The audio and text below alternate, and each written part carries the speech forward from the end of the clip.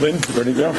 Okay, great. So good evening. I'm going to call to order the meeting for today, Wednesday, November 28th, for the Raleigh Planning Board. Today we have a couple of public hearings on the agenda. Those hearings are not scheduled to be opened until 8 this evening, and we'll get to them when the clock allows. One thing I do want to, I know there's some people who were here that are here from a continued meeting of a few weeks ago, and that meeting did end up a little bit more raucous than we're used to. We apologize if we didn't have the space. We've always used the space in this building, and that's the space the town has delegated us to use. So we've never really had a problem with capacity. Didn't count on that last week, and frankly, we had this meeting scheduled for this building before that meeting, so that's why we're here again today. But to the extent that we know that we can anticipate a lot of community input, we are trying to get these subsequent meetings held at the second floor of the town hall, which will give us more space. And until we keep an eye on the notices, but we're going to try to hold anything that we think is going to have a large amount of input at that bigger venue for us. All right. But to the extent that that meeting, wasn't exactly how people intended it to go, the only thing I would say is all we can do with these meetings is try to be respectful to each other. Everyone just use an appropriate amount of decorum. We don't need anybody screaming from the back. If we can't hear you, we'll do our best to try to, understand that predicament. And if we have to continue a hearing as a result because people aren't able to participate as the open meeting law allows, we'll do that, okay? As you see here, there's a number of open seats. That's a good sign because these seats are strategically set up so that the minute they're full, we may have an issue with capacity, okay? The good news is we don't have a problem right now. So that being said, when we do get to the point where we're taking community comment, all we ask is that you wait until you're recognized by the board. When you are recognized, just please stand up, tell us what your name is, where you live, and then let us know what you need to say, okay? And that's it.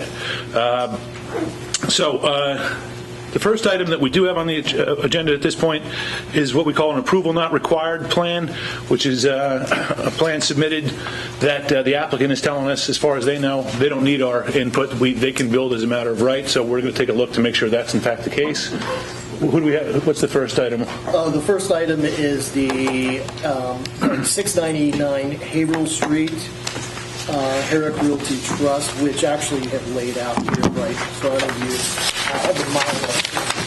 Is the applicant here today? No. Sure. Hi there. If you wouldn't mind just your name and... Sue Herrick, Mill Road. And Ms. Herrick, you're proposing this plan just seeking to subdivide existing lots that you own out there? Yes, we're subdividing off the front of the lot. It's separated from the back of the lot by a massive wetland. Gotcha. Portion of the lot is... So 699 Haverhill Street, just to remind me, what part of Haverhill Street is that? It's Leslie Road. Okay, gotcha. And so again, what we're really looking at here is their determination that they have adequate frontage and that they have adequate dimensional requirements to meet the requirements as a buildable lot without our further approval. Well, so what they're proposing will, as explained, so you'll know what you're signing, and I did from this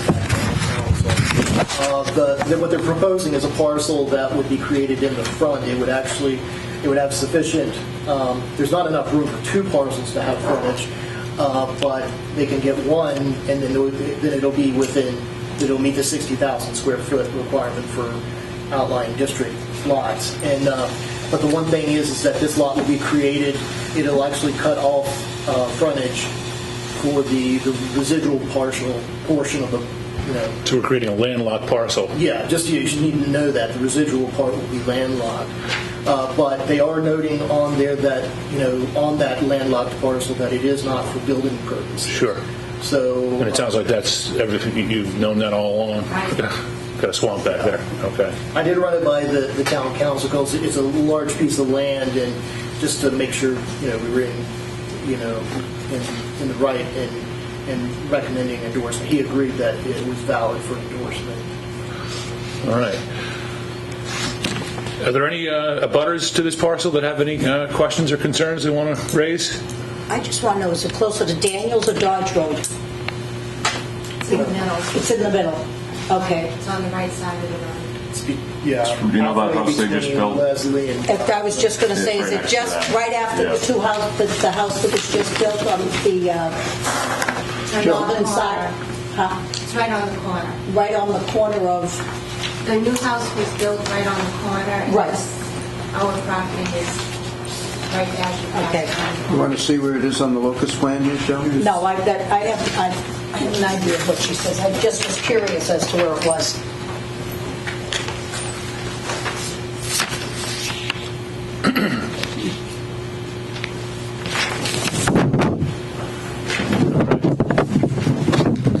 Anybody? Wayne? So, Kirk, you otherwise checked everything? Got yeah, everything's good on that. So that was.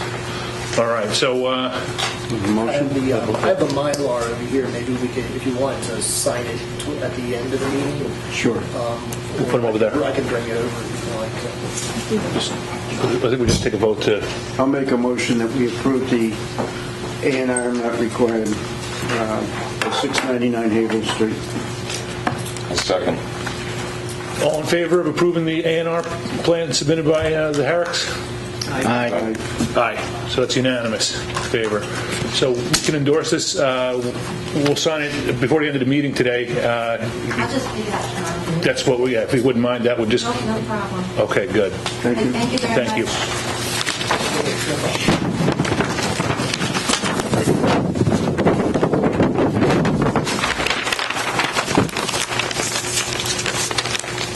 I'll just pass that down to you, Kurt.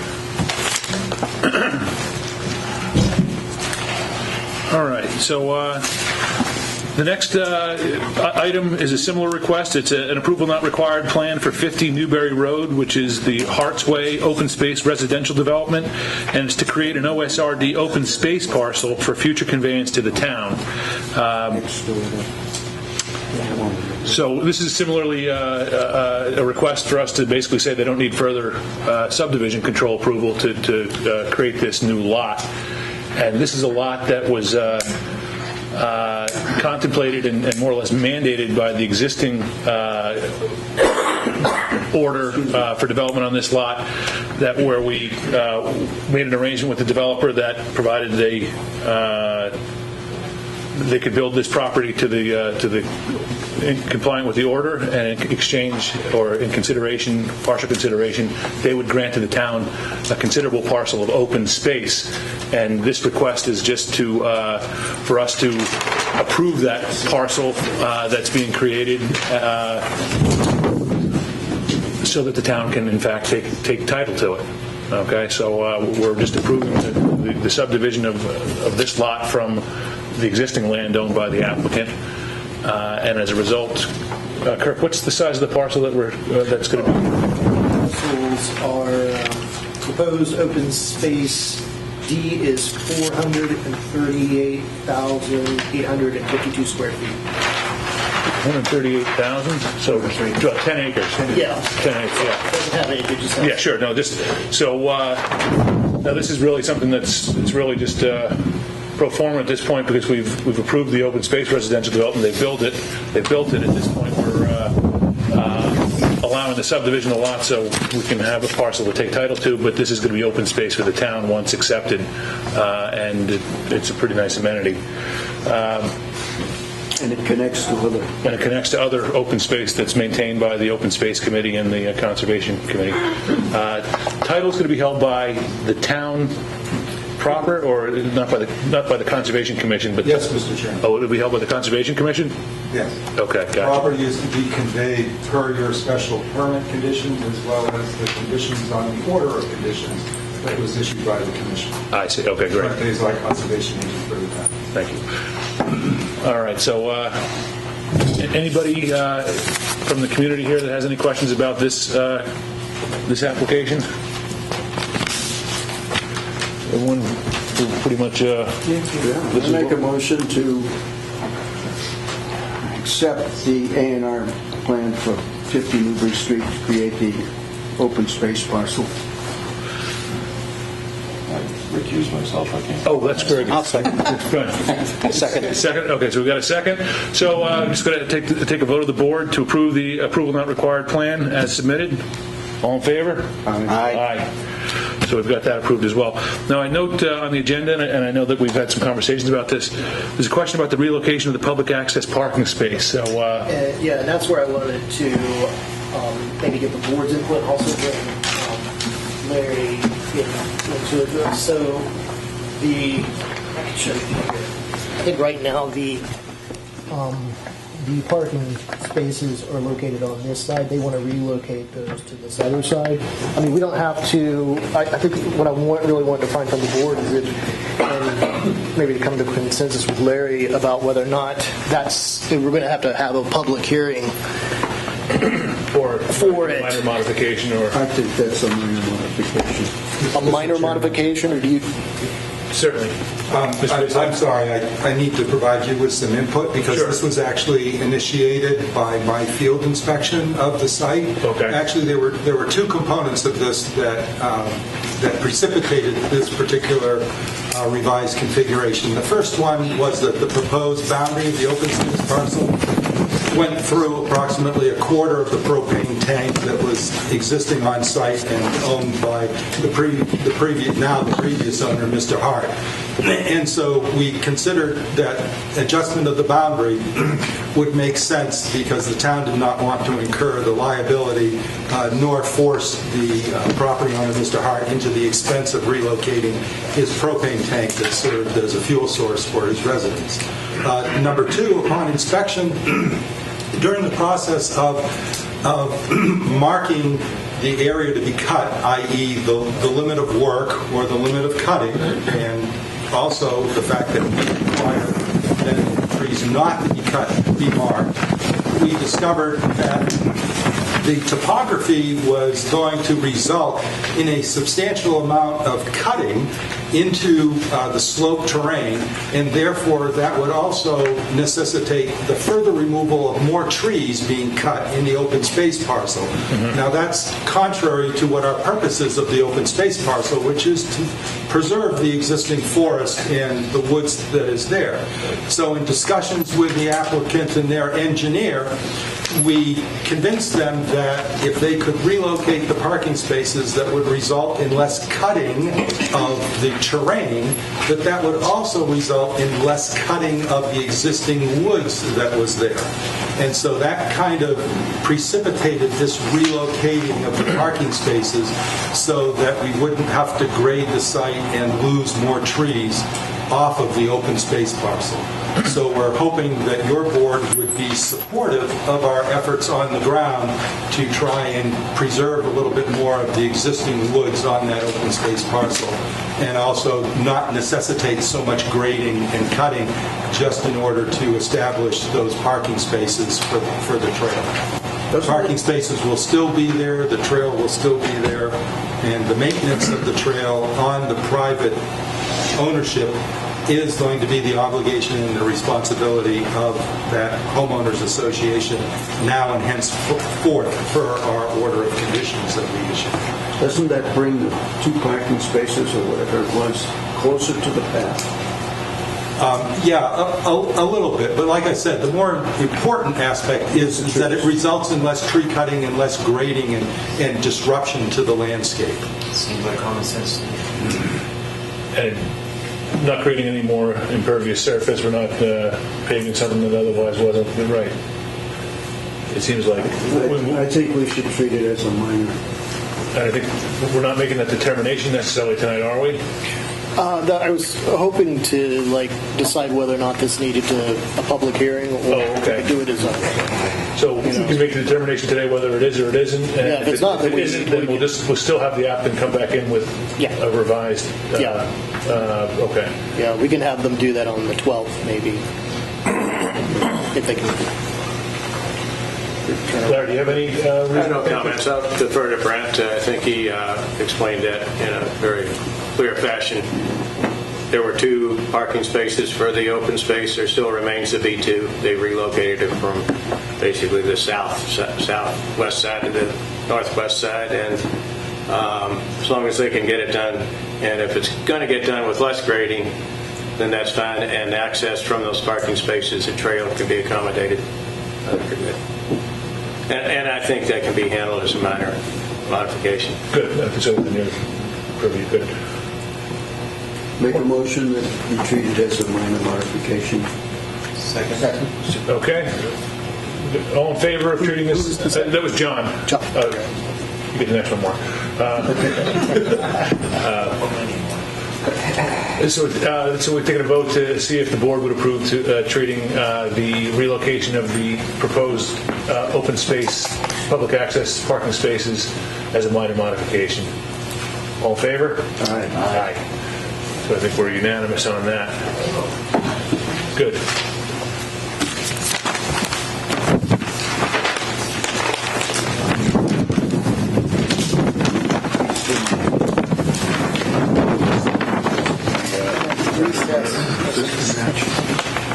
Isn't this Didex?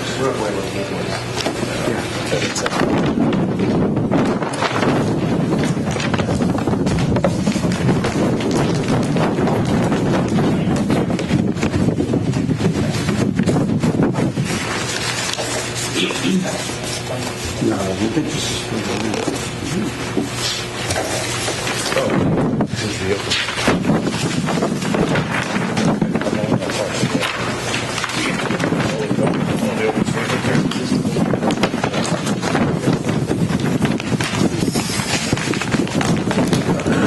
You have, that's the one we were just looking at. So the next item is going to be, I'm not going to call it yet because we have it published as opening at 8 p.m.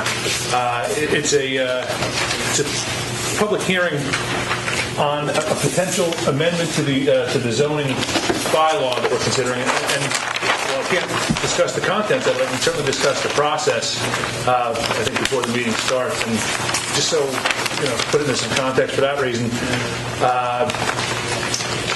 in this case, we have a landowner who owns a considerable parcel of land down by off of Main Street, between Main Street and the MBTA train station. They operate an existing warehouse and distribution facility there, and they've been there for 25 years, and they're there under a valid subdivision permit to own and operate that facility there. They own about 19 acres, 20, about 20 acres. What they call the Didex building sits on the front portion of it and occupies approximately 2 acres, right? Yeah, it's actually a total of 19.43 acres. Okay. And presently, they are confined from doing anything other than what it's currently used at, which is that distribution facility. They can't touch the additional land to the rear. However, they have expressed an interest in doing it. So procedurally, they asked the town to consider what they're looking at. We put together what's called the Zoning Review Committee that talked to them, considered what the town could use in terms of meeting its housing objectives, and we considered some different options. And one of the proposals that came out of that committee, which we're considering today, is this Rowley Station transit-oriented development, which we're just about to discuss. So GRC made some recommendations. It comes to this board to hold this meeting tonight and get everyone's input to see how the community feels about what we're proposing. And once it comes out of this meeting, we may tweak it further, but nonetheless, the plan is to submit it to the town, to the Board of Selectmen, to be added to the next town meeting, where the matter would come to a vote to amend the bylaw and the zoning map. And if 2/3 of those present vote in favor, then that zoning change could happen. Short of a 2/3 majority vote, it would be the zoning stays the same. So tonight's hearing is really just going to be for the purposes of getting the information that you might need to understand what it is that they're proposing and what it is that they are offering to the town potentially. And then there's going to be another opportunity to have the same discussion at town meeting before it goes to vote. All right? So procedurally, is there any questions about what we're trying to do? Can I ask one question? If it's turned down at town meeting, it's not come back, is it 2 or 3 years? Once a zoning does not pass the 2/3, you can't bring it back the very next meeting. I think Is it 2 years or 3 years? I think it's 3 years. 3 years, okay. Would you check that out for me, double please? check, but I believe it's Thank 3 you. years. But you could rewrite it, Yes, you could, yes. Eliminating some areas of it and changing it, changing yes. it sufficiently Yes. enough to be a different proposal. Right. Okay. I just wanted to, for my own purposes also, meaning running town meeting, if there's some of these other questions. Sure. That's good. I never, we haven't had that many problems with zoning, so the only thing was I needed to know whether it was 2 or 3 years, just so that whatever fax is given out, it's the right fax. Right. Yeah. And the public hearing does not necessarily start tonight. No, that's correct. No. In fact, we'll see where we are. But one thing I just procedurally discussed what we're doing tonight before we open the meeting on this, because we've got a few more minutes here. The question that I think we do need to understand is what product do we need to be ready to submit to the town if we do in fact get to the point where we have a proposed amendment. Well, at the end of this, the language, the bylaw proposal that we'll have to settle on the language, and also At the close of the meeting, yeah, that'll be we vote on. incorporated into an article that'll go into the warrant. There's also the zoning map aspect of it that will happen as also separate article. What's the last date that they can submit that? Well, we have until the drop dead date, as I understand it, is December 13th. So that's the date that the selectmen will have to vote on the articles, to put the articles into the warrant. Okay. And then it has to go to the printer, and then it gets mailed to, so there's a process that has to be filed. So we are coming down to the wire, really. And is there absolutely going to be a winter meeting? I was not involved in it, asked that the Board of Selectmen. I was told Nothing is that- absolute, but at this Okay. point, there is going to be a meeting January 14th. Is that 13th, I think. Okay. No, I think it was. Well, it's mid-January. Sometime in January. Right. I mean, that could change. It's not absolute, but you know, I think you have the article. I'm going to make a couple comments on the article, the language of the article tonight, but it seems to me it's almost in final form. It's almost ready to go. So at the close of the meeting, It's January 14th, that's a Monday. okay. Has town council gotten back to us? Yeah, he's actually already looked at, but when we get the final, get it finally settled, he was reviewing the first earliest version and came back. Right. So you want to send it to? Yeah, we'll need to send it. You'll probably do it Once again. we settle on Yeah. a proposal, then I guess we send it to him for I one. mean, a lot. I mean, a lot of work has gone into this. Yeah, and we agree on this. This is one of those that really needs to be moving forward. I'm not sure with some of the others, what kind of negativity or feedback you're going to get, but this is one of those that we feel. I mean, Sure. the board maybe feels, but I also do as a former school committee person for what Didex has done for this town, that we need to encourage them to stay, and they're working with us. They're doing a great service to the town. No, I haven't. Just comments. Well, I've just been stalling a little bit because we're waiting for about another minute until I have the opportunity. Count on people that are standing in the hall. Yeah. Those are all, These seats are welcome to come in. Those are people who was out. Yeah, they're not here for this meeting. I mean, they're not here for this specific item. And the issue of capacity, I know it was raised today by certain, in different quarters. The building inspector has commented that this room can hold 45. We also have overflow capacity in the hallway, so we're not limited by 45 people in the building. 45 or 36. Again, we're monitoring that, but we're going with the number 45. I think most of the people in the hallway would be Fox Ryan proposals, so they're just waiting for their time to come before they come in. So. All right. So I think it's 8 o'clock. So at this point,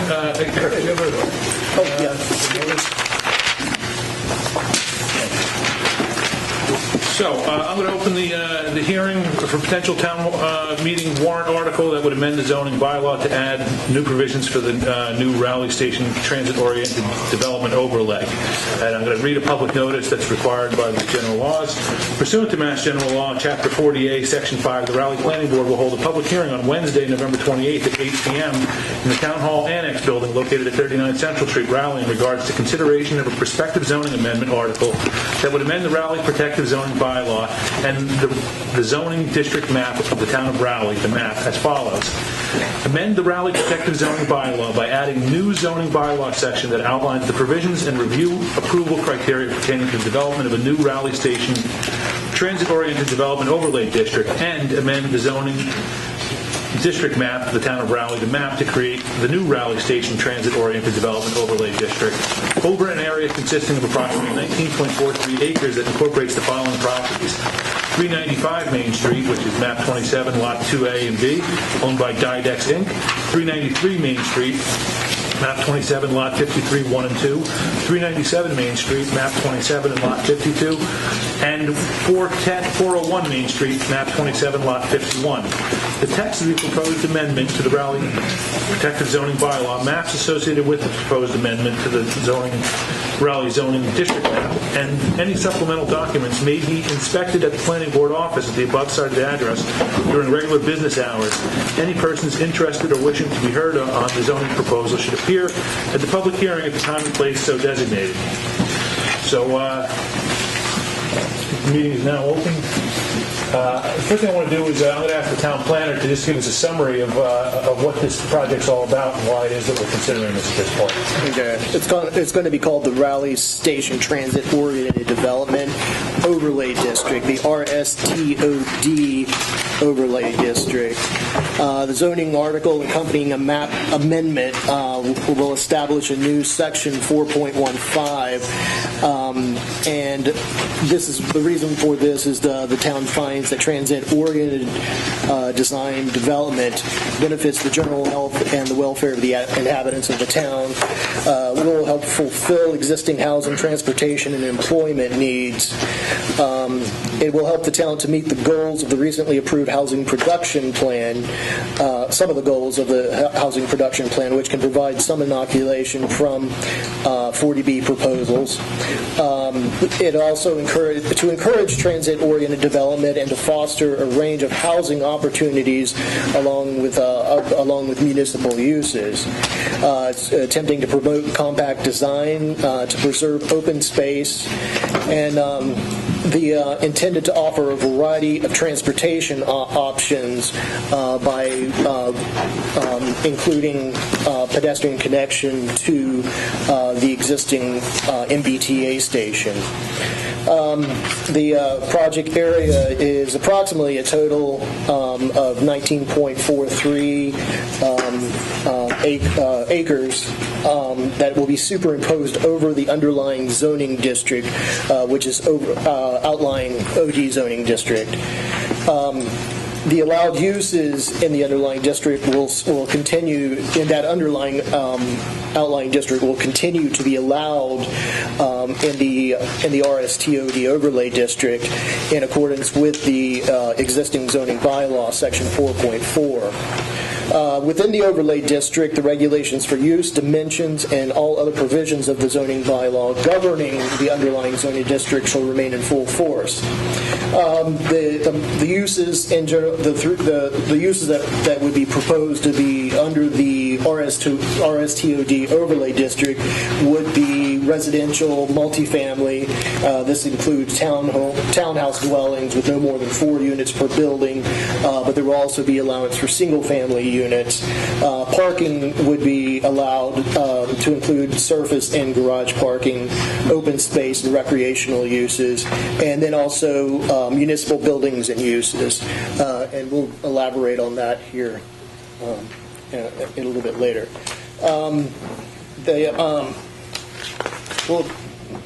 A few other features will include the amenities like bicycle racks, 20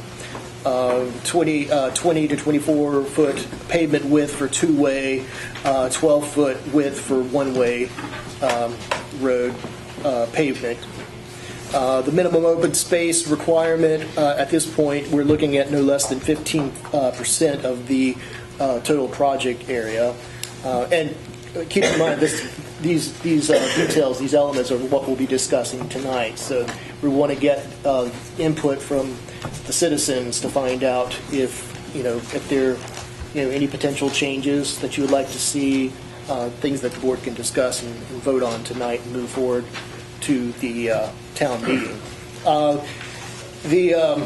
We're looking at minimum lot frontage 50 feet, maximum building height 35 feet at this point. The process that we're looking at is that special permit approval by the planning board. The other features would be to allow flexibility in design and also to give the planning board authority to waive any of the requirements of sections 4.154 through 4.156 if they determine that it is consistent with sound planning and consistent with the other purposes of the bylaw.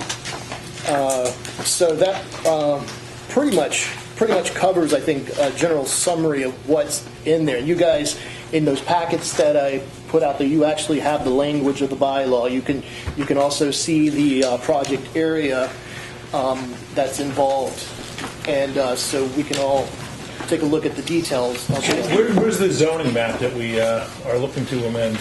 It's actually in the packet. Okay. I believe it's the first page of everyone's review. As much as we're familiar with it, I want to make sure people that are here. Is it? Got it. This one. Excuse me, did I have one? You need some. Oh, okay. Let me go make some copies. I'll pass that.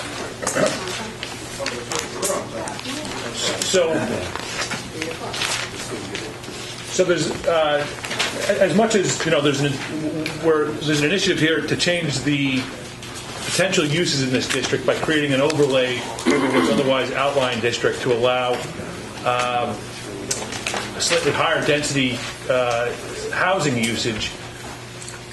First place, just because we put the overlay over it doesn't mean that this is suddenly going to become the development. A lot of things have to happen beyond that, and after we create this district, and if we were to change the criteria, anybody who wanted to build in this space, subject to that criteria, would have to come back before the planning board for a special permit, as well as a site plan review, so to review every aspect of what they're proposing. Likewise, they'd have to deal with the Board of Health, the Conservation Commission, and every other applicable authority that has jurisdiction over this property. And if none of the owners back there decided to do anything, it would stay as it is. On the other hand, what we have here is an owner that has a very generous proposal for the town, and which is one of the reasons we're considering this. And that generous proposal is that they would grant to the town the existing 40,000 square foot building that they have on site there, which includes 5,000 or 8,000 square foot of Class A office space and over 25,000 square foot of climate controlled indoor storage and warehousing. So it's a terrific facility that these people are willing to donate to the town for whatever purposes the town may decide to put it to, which could include municipal uses, recreational uses, and potentially surplus land that they could sell. As much as we're considering this change, we're not doing it just because somebody has some interest in developing. The town has an interest in potentially acquiring an asset that we pretty sorely need. We wouldn't necessarily have to hold meetings in double-use spaces like this if we had that additional building, which is one of the considerations we're taking as we proceed with this. I also should point out that as much as this zoning change could go into effect, the developer's ability to develop this land pursuant to the transit-oriented open space, the transit-oriented residential development would be contingent on them granting us that additional land. So we'd enter a land development agreement with the developer that says, if you can propose something that the planning board can approve, upon approval, you will then deed us title to the land that we ultimately would be able to use for the town. And absent getting that land and building, they wouldn't get the approval that they would otherwise be seeking. So there is certainly a substantial benefit to the community here in terms of getting a valuable piece of municipal real estate. So I wanted to put it in that context as well. I have copies coming here. Oh, okay. It's going to take a minute. So I guess the first, go ahead. Yeah. I just had. Could you just tell us who you are and where you Linda live? Patrick, 291 Weathersfield Street. I guess my question is then what is, with this new zoning, what would they be allowed to build there? Well, what we anticipate that what they're allowed to build is residential housing.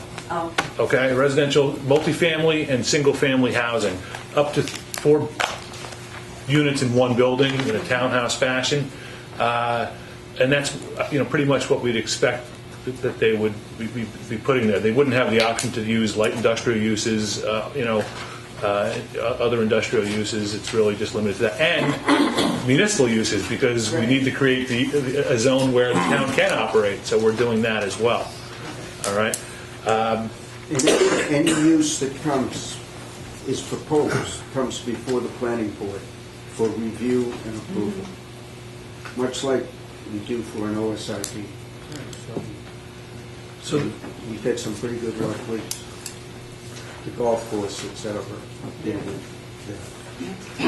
So as we consider this amendment, what we have to do is decide, okay, well, keeping in mind, we do want to incentivize the developer to make this gift. So we can't say, hey, great, we'll give you, you can build 2 houses back there. That's not going to do it for them, okay? We need to give them some incentive to develop it so they can exploit it and make, and make it a viable project for them too, because it has to. So we need to determine a zoning scheme that protects the town's interests, but incentivizes the developer to do what they can do, so that we can see the town grow, to add the housing, to add to the tax base, and to obtain a valuable piece of municipal real estate. So, Mr. Chairman, I'd just like to make the further point, and I agree with everything you said, that even if this DIDAX proposal wasn't on the table, it just wasn't involved, it would be reasonable for the town to rezone this particular area to allow a higher density by virtue of the fact that this parcel has access to a train station. So that's a principle of smart growth development, that you allow for higher densities in areas on transit lines and things of that nature. I mean, to me, so just on its own merits, I think it would make sense to be doing this. And by access, it's a direct connection to the parking lot of the railroad station. Right, and just the existing zoning only allows for 60,000 square foot lots, which is a very low density. right. So less than So this would just less than a dozen homes otherwise, and what we're hoping is people can see the opportunity to to jump on the train, work in the city, and come out here and reside. They potentially won't need 2 automobiles in their household. They can potentially get away with just one. We're giving the developer the right to the ability to develop less than 2 spots per unit, right? So that we can have to incentivize getting some of the cars off the road, create less congestion. We're finding ways to incentivize alternative transportation. Not that we've got to solve these problems, but it's certainly not a bad idea to promote them, and that's what we're trying to do. So how did you, Kurt? These would be units, like say, built 4-family houses. Would these be for rental, or would they have to be sold? Or Well, that's really going to be up to the developer. Yeah. Now, excuse me, how many beds would be in each unit? We have backlothes? That's really going to be, again, up to the developer as well. What we can try to determine, and we're all here in Raleigh, we all know that there's no city sewer, so one of the biggest limiting factors is how big of a septic system he can put out here to support this. And that is restricting. I think that, I'm not the engineer, but I know that it's going to be, less than 50. Let's just say less than 50. Okay. Less than 50 units. bedrooms. And how many bedrooms is going to be a product of? Well, with children being in there and children going to Pine Grove and Raleigh, the taxi day is going to have to pick that up, because the taxes that they're going to pay on these new homes are not going to pay the children to go to school. Oh, I think you're going to find mostly. Well, I can't say, but I think the one of the objectives is to try to find housing for two-member households, so that you're going to have a lot of empty nesters in these locations and younger families that may not have school-age children. I don't think this is we're not trying to dissuade or incentivize either, but I don't think you're going to find a bunch of large families moving in here with school-age children. I think you probably get a broader mix, and I think the tax advantages would outweigh, the direct cost to the school district. I can't say for And sure. as far as the taxes that are being paid now, do you think will outweigh Yes. this development? Well, Yes. I think it will. 45 homeowners paying taxes as opposed to one vacant landowner. It's going to be a much different impact on the Well, taxes. if you compare the country club development, for example, those are very high-end units, and they have very few children in that development. At one time there was none. I don't know what it is now, but it's by and large it's empty nesters. I know there's no bus stop there, so I would assume that. So you can't. It's hard to say how it's going to work out, but Right. But I think that this would be a net positive. I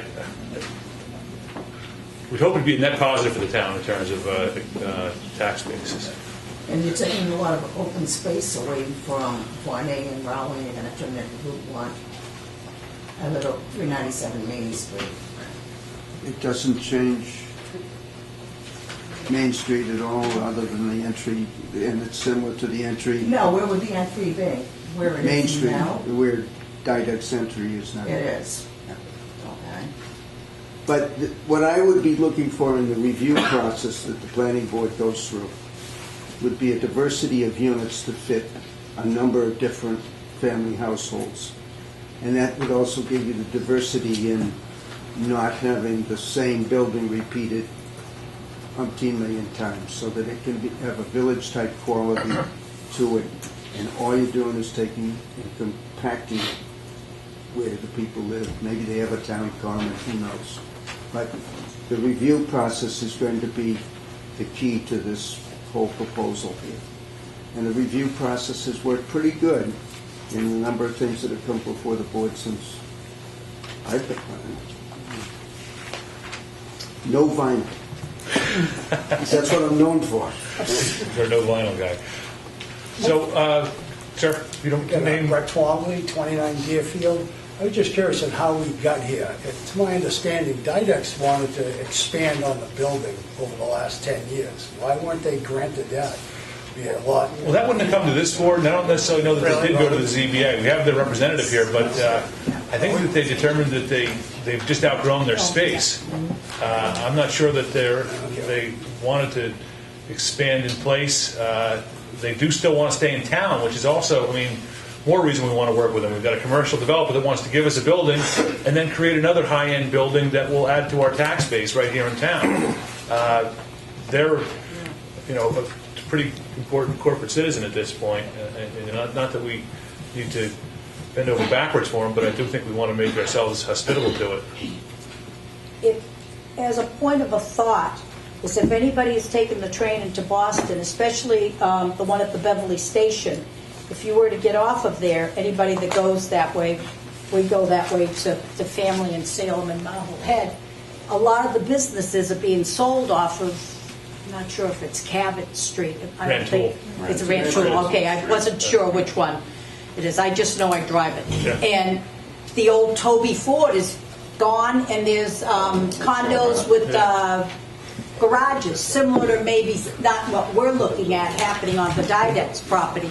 But this is the way it's going now. People are looking to work in the city, get on the train, and come home and not have, like you said, not have that cost. So this would be a plus to maybe increase what they're doing for Rowley. But if anybody reads the Daily News, they're doing the exact same thing at Newburyport at the last stop on the railroad. There, and I'm not sure exactly where it is, but there is a whole big development going in Newburyport that people are going to get off the train in Newburyport and walk to their house or condo or whatever it is that they're proposing up there. So this is kind of like what the country or this area is moving toward. This is the new type of developments that are coming in. We did just go through a housing stock analysis, and this type, where we're deficient, this does fit some of those needs. So it does move the town in a better direction towards meeting housing needs for the next Could you couple of talk on decades. how that whole group came here? Because I've been coming for several other different things, but that group that came here You mean for Merrimack? Essex County, was it Merrimack Valley? Merrimack Valley Planning And Commission. what they wanted to know what all the towns needed, and they put out a proposal, and this was one of the things that they says that they'd like to see. Well, yeah, I mean, what they did for each of the towns, municipalities under their jurisdiction is to work on getting each municipality to adopt a housing production plan. So they actually put it together, in conjunction with the town. We worked with them, but they actually ended up getting us to a point to where we had a document. We actually adopted the document. And part of the one of the things about 40Bs with if you do have a housing production plan, one of the benefits is that if you're showing that you are moving towards the goals, and if you do have a 40B, it does give you some degree. I use the word in my opening inoculation, but maybe that's not the best way to say it. But it gives you some leverage. If you could show the state in case you wanted to, you have a proposal that you would like to reject, it would give you more leverage to reject it and to get through an appeal, to have a successful appeal. If we're making strides towards our housing objectives, and this does meet some of those by creating, potentially single family or single level living, different types of ADA compliant access, potentially somebody that could be a handicapped accessible unit, that has access to the public transportation, which would be life changing for some people that would otherwise couldn't be out in Raleigh in a lot of instances after some of those type of things. So we do check off some of those boxes. As we consider these things, and I think it's a good thing that we should be talking about, but I think that what the town kind of needs to know is, and what we're really trying to figure out as we determine what this scheme should look like, how many units can we realistically allow the developer to put back there? And that's a factor of some of the mechanisms within this proposed ordinance. So I think that that's something that I guess we have to a certain degree, consider. Yes, go ahead. So this would be developed into however many units they end up with, and then Didex is going to go somewhere else and develop someplace else in Raleigh if they... That's our hope, but we can't tell Didex what to do. No, they want to go home. Yeah, they are interested in staying here. but we don't have any land to sell them, and they've got to find somebody to sell them the land they would need to build their new location on. But what they would do is, if they find a buyer that wants to buy and develop this parcel, once we give them that approval, they'll give us their building. I think that's, in a nutshell, fair. We got your name. Oh, Sherry David West. But if not, we were told it'd have to be torn down, right? Or left vacant, the building. What's with the... So you're right. If Didex didn't develop the land to the rear, they are, to a certain degree, hand-tied. They couldn't develop that land unless they tore down the Didex building. Because right now, the current approval says, operate your commercial building, you're prohibited from developing the remaining 18 acres for any other purpose until that restriction's lifted. So I can't say what the ZBA would do. I think they potentially would have jurisdiction to consider an application, but likely they wouldn't have the right to do anything back there. Could you tell me, is Dell Realty going to buy Didex? I have no idea who Dell Realty is. It's an adjacent parcel. I'm aware of that. Yeah, Okay. it's to the left, out back. Because I know Ma'am? Joe Lorenzo. Can you tell us what his name? Katie Chapman, Weathersfield Street. For this proposed development, could we look at Heritage Way as an option of development, which has 25 units in 2 to 4 unit buildings? That seems, and it's also, I think, some aspect to single level living. Well, we do pull in elements of different zoning districts when we're considering this, but I don't necessarily think, I mean, that was a product of what the developer wanted to build, not necessarily what the town told them to build. Right, but does it also envelop what we need? I know people specifically moved from a very nice development in Ipswich to this Heritage Way location for what it offered. So I'm wondering if it might be a model for what we need going forward. Yeah, it's always going to be a factor of what the developer landowner wants to build. Of course. And then what they can build is going to be defined by what we create in this district. And what we're creating in this district, in a lot of ways, has many of the elements that's an open space residential development, the Heritage Way. So a lot of those components are here as well. But in an open space, they're giving open space. In this, they're potentially giving something else. So, No, I thought that Raleigh was very into the open space. Well, I think we are. And I think this is not inconsistent with that. Sir? Bernie Cullen, Weathersfield Street. Is there a connection between this lot, or is there anticipated a connection between this lot and the parking lot at the railway station? Pedestrian or bicycle. Right, but there absolutely is. In fact, that's somewhat certainly No, I focal point. I meant for cars. Oh, no. There's not going to be any vehicular traffic between the two. All right. They'll get a ticket. So, I've got a question, sir. Sir. Chris Gwynn, 401 Main Street. Are you going to consider, the town going to consider light pollution or any of these issues? Well, all that is within the bylaw already. Because some of these developers, they put in these big tower lights, and next thing you know, your whole woods. I can definitely tell you that we're very sensitive to that. You know, the existing bylaw covers the lighting, but it does all have, and it has gotten more restrictive. And you know, within that, you can't have any light emitting. You know, it's not supposed to leave the boundaries of the property. All right, so we'll take all that into consideration at that point.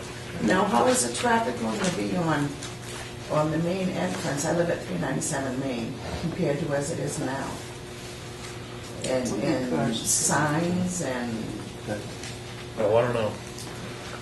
First of all, we don't have a developer telling us what they want to build yet. We're trying to create a zoning district. We're not necessarily counting cars at this point.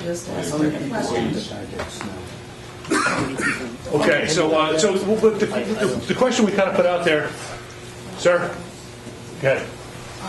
John Cadelli, 393 Main Street. I'm just curious, why are 393 and 397 involved in this? And the reason I ask is when this came about a few months ago, whenever it was, I had two builders within probably an hour of each other knocking on my door saying, if this goes through, we're very interested in your house. One of whom didn't even want me to continue working on my house, which, as you all know, if you drive by, I like to start projects and don't finish them. He wanted to give me more money if I did not work on my house, so the value was down. So I'm just curious what it'll do for those properties. Well, certainly as somebody who's directly affected, you've got a lot to say about whether you will be affected by it, okay? So just by casting you into this doesn't mean you've now got to join it. You own that land, and if you never want to sell it, you do with it as you are entitled to do. I understand that. I was just curious why. I mean, I thought it was very odd, and it was even stranger. I mean, the truth is, I think if a developer was able to persuade you to sell, they might do something different with the entranceway. But they don't have to. Yeah, it was two different developers, and one was in a suit and tie, and one was dressed very blue collar, so I was very confused. Who had the better offer? Looks like the planning board.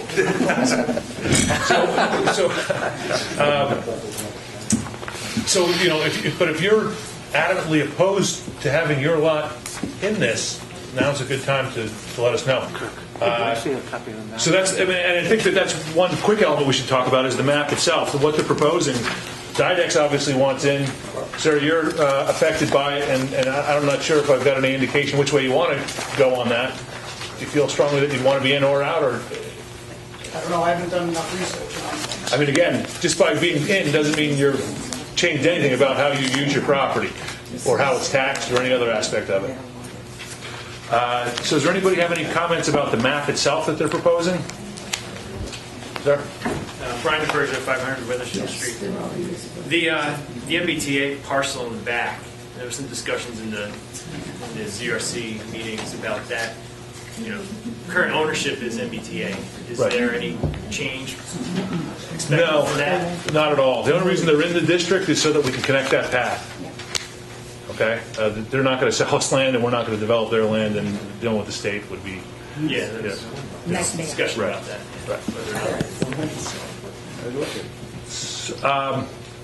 So it sounds like the map doesn't have a lot of objection itself. So we're kind of to the issue of density.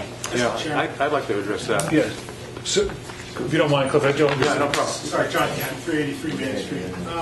The map and the amendment as it's written, the map has a highlighted area in it or a cross-hashed area in it. It is really not the entire affected area. It is these other lots along the left side, correct? So if you look on your website, the document that's attached to your website has the Didex property at 395 highlighted in blue. The two parcels there, but not the other parcels at 393. John's parcel on the right-hand side. Yeah. I mean, I do think this is an accurate depiction of what they're intending to put within the district. If it's not, only these lots are affected. They are, but my point is, if you look at the map that's on your website, that's in color, you'll see only the Didex property is highlighted in blue, and everything else is. So the two, you know, it'd be nice if the whole piece were. Well, so we're looking at the proposed plan, and so why highlight just the 395 property and not all of the other parcels? well, you know, I do agree that there's a distinction between these two plans, and I can only reference that you go to this one when you try to figure out which were. And by the time the new district's created, it'll be properly delineated. No, but yeah, the other one. But can I see that? Because I think the parcels are included, but the only thing that wasn't included on this was the Didac parcel, and then the 2751 is not included on the Didax exhibit, the Wolf Realty. Just a clarification, that's all. Thank There you. were more parcels initially. So, Mr. Pierce, you has a comment? Yeah, in terms of the density, the comments on section 415.4, paragraph F, and I apologize, it's going to be a pretty arcane discussion, but there's a mathematical formula for determining density. And basically it goes that for the first 6 dwelling units, you need 10,000 square feet of lot area per unit. So if you had a lot that was 60,000 square feet, you would get 6 multifamily units. But for additional units, you would need 15,000 square feet of area for each additional unit. So that is actually a more generous formula than what's already in our town's multifamily bylaw, which is the same 10,000 for the first 6, but instead of being 15,000 for each additional lot, it's 20,000. So this is a more generous formula, and I'm understanding. I don't know if I understand the reason why there would be a more generous formula under this bylaw than under our multifamily bylaw. And I've actually done the calculations that would be produced by this formula, the 15,000 square foot criterion. So under this draft of this bylaw we're talking about. With 15,000. 15. Under the 15,000 standard, 60 units would be allowed on this property by my calculation. But that may be cut off by septic. Right, yeah, this is right. I'm pretty sure that It might be less than 60 because septic, that's a different world, right?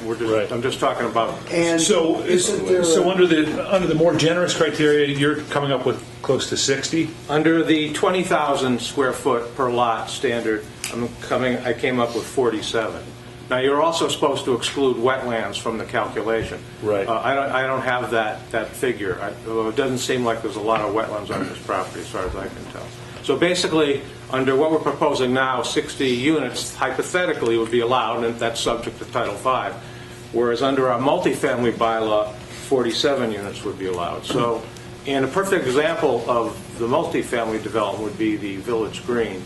I think that's what it was called on Main Street. The board members were involved with that. That's basically a 20,000 square foot per unit standard. So that's a fairly dense level of development. However, and I understand that that the developer might want to build more than 47 units, or if you did the wetlands calculation, maybe you would be less than 47. But there's also a provision in this bylaw, as well as in our multifamily bylaw, that the planning board has the authority to award additional units as a bonus if the developer provides an amenity that's of substantial benefit to the town, and that's not necessary to mitigate the impact of the development. Now, the Didax building would be a perfect example of that. So that's what I'm suggesting we should use as the formula. I'm suggesting we use the multifamily formula, and which would allow the developer, if that formula doesn't produce what he wants, to get additional units by offering the Didax building to the town. Or other nice amenities. Or it could be another thing, but I think it would be the Didax building. I'm glad you did the calculations because, frankly, I hadn't, and those yields tell us a great deal about what they could potentially do there. I think, because I know that Mr. Smolak's here who works with Didax. Would you care to field that concern and tell us what your thoughts might be? Sure. I'm John Smolak, attorney for Didax. Also with us is Steve Lanza, Director of Operations for Didax.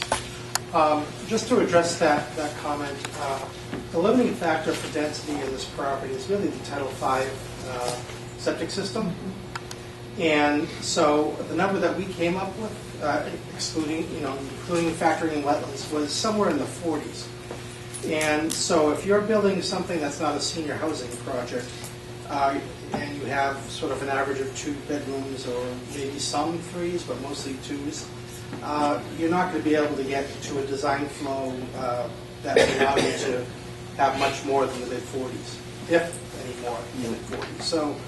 So realistically, I think the density calculation is a good calculation, but the real limiting factor is the Title V septic system regulations. So recognizing that this district really applies to this single parcel, Nonetheless, would you have any problem if we had a more restrictive density requirement? Well, I can't answer that today, but the real question is, in terms of, with the more restrictive requirement, what does that mean for us in terms of if the public benefit is a dedication of a building to the town? Well, I think we all. Where does that get us? So A rezoning? I mean, under the more restrictive calculations are already in the mid 40s, sans the wetlands, which we haven't dealt with.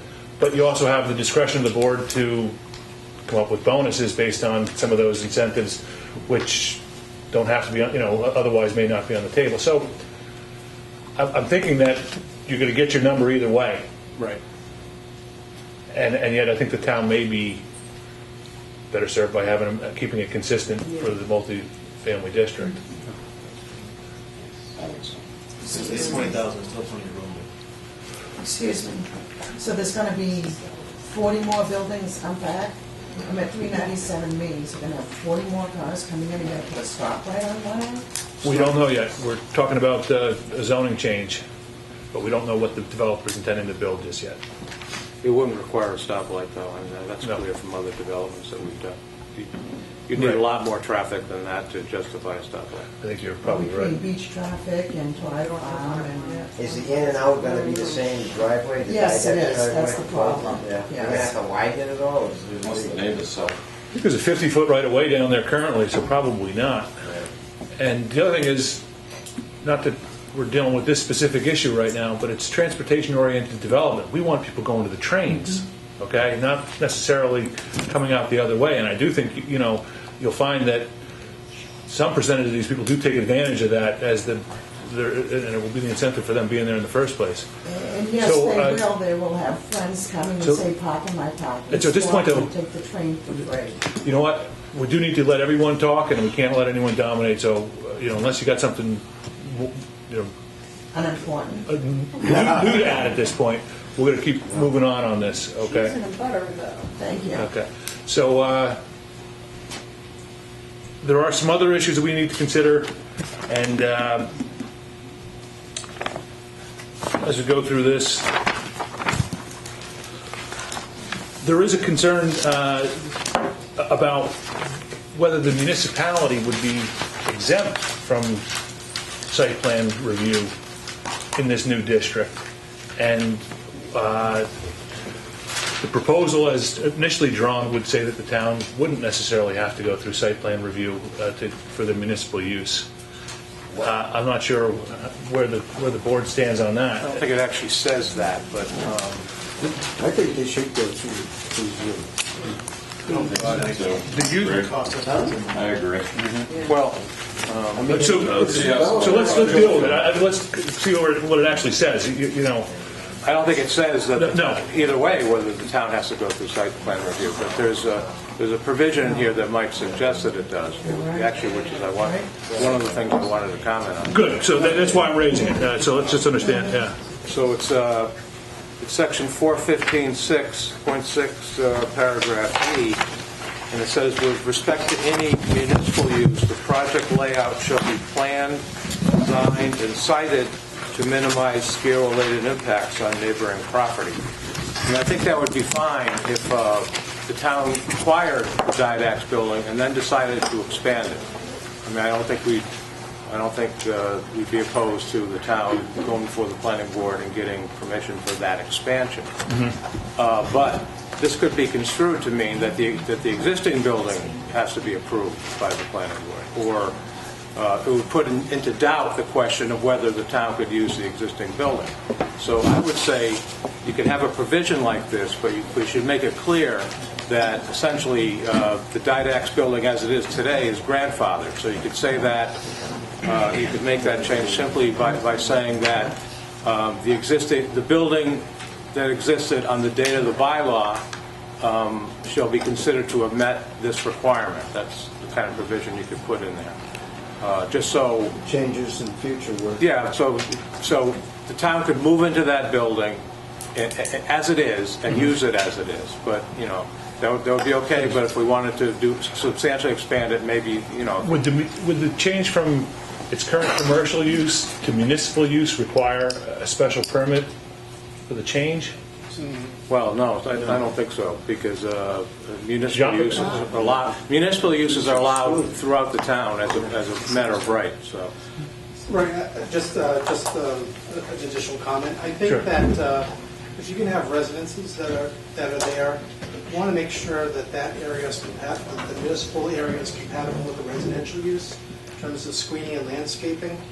And we want to make sure that basically if we're held to certain standards for site plan review and for landscaping and design, the municipality should probably be held to the same standard to make sure that the uses are compatible. It's not a situation where, and I doubt this would ever happen, that the planning board would say the existing building should not be there. But we don't know what the municipal uses are going to be put to that building. And so we think it's only fair that the town would have to go through the review process as well to make sure that that municipal use is compatible with the residential use. That's all. And so so that's the concern, because we want to be good neighbors in the municipality, and the town would want to be a good neighbor as well. We just want to make sure that the uses are compatible, because there's an existing access point that's really shared between the existing building and where the residential use will go. And so there should be screening there on the municipal side, on the lot that's going to be used for municipal purposes, and also screening on the residential side too, so that there's an attractive entrance to that main area. And it's not to say that the developer of the residential use wouldn't undertake the lion's share of those improvements, because that road driveway is going to have to be improved in terms of stormwater. But I think that the municipality should also go through, the town should also go through that review for municipal use. Just a matter of fairness. But it's not to impose draconian requirements on municipal use. We just want to make sure it's compatible. That's all. Sure. I mean, Well, but certainly you would not argue with the town using the existing building as it is. I mean, you would, No. see, that is what I'm talking about. I mean, As long as it's not used 24 hours a day and you have operations 24 Well, hours a day. I guess there is I don't know how the town wants to consider this in terms of restrictions, but let's just say it was the DPW wanted to go down there with the salt hill and all the snowplows coming in at 2 in the morning on snowplow, that would be a use that I could see some of these abutters taking issue with. Well, yeah, I mean, And it's not necessarily a use that we would want to allow as a matter of right, even by the town. and we're not trying to be unreasonable either. It's just, there are also other neighbors in the community, in the area as well, that want to make sure that the use is compatible, and that continue to be compatible. I think the Bendex property's been around for 9 years over there, so just a thought. So, how do we feel about making sure the town continues? I think between the lawyers, they can come up with a little bit better. We don't want to have to modify the building. We have if the council agent wants to move in there, we don't have to spend $300,000 to update it to something.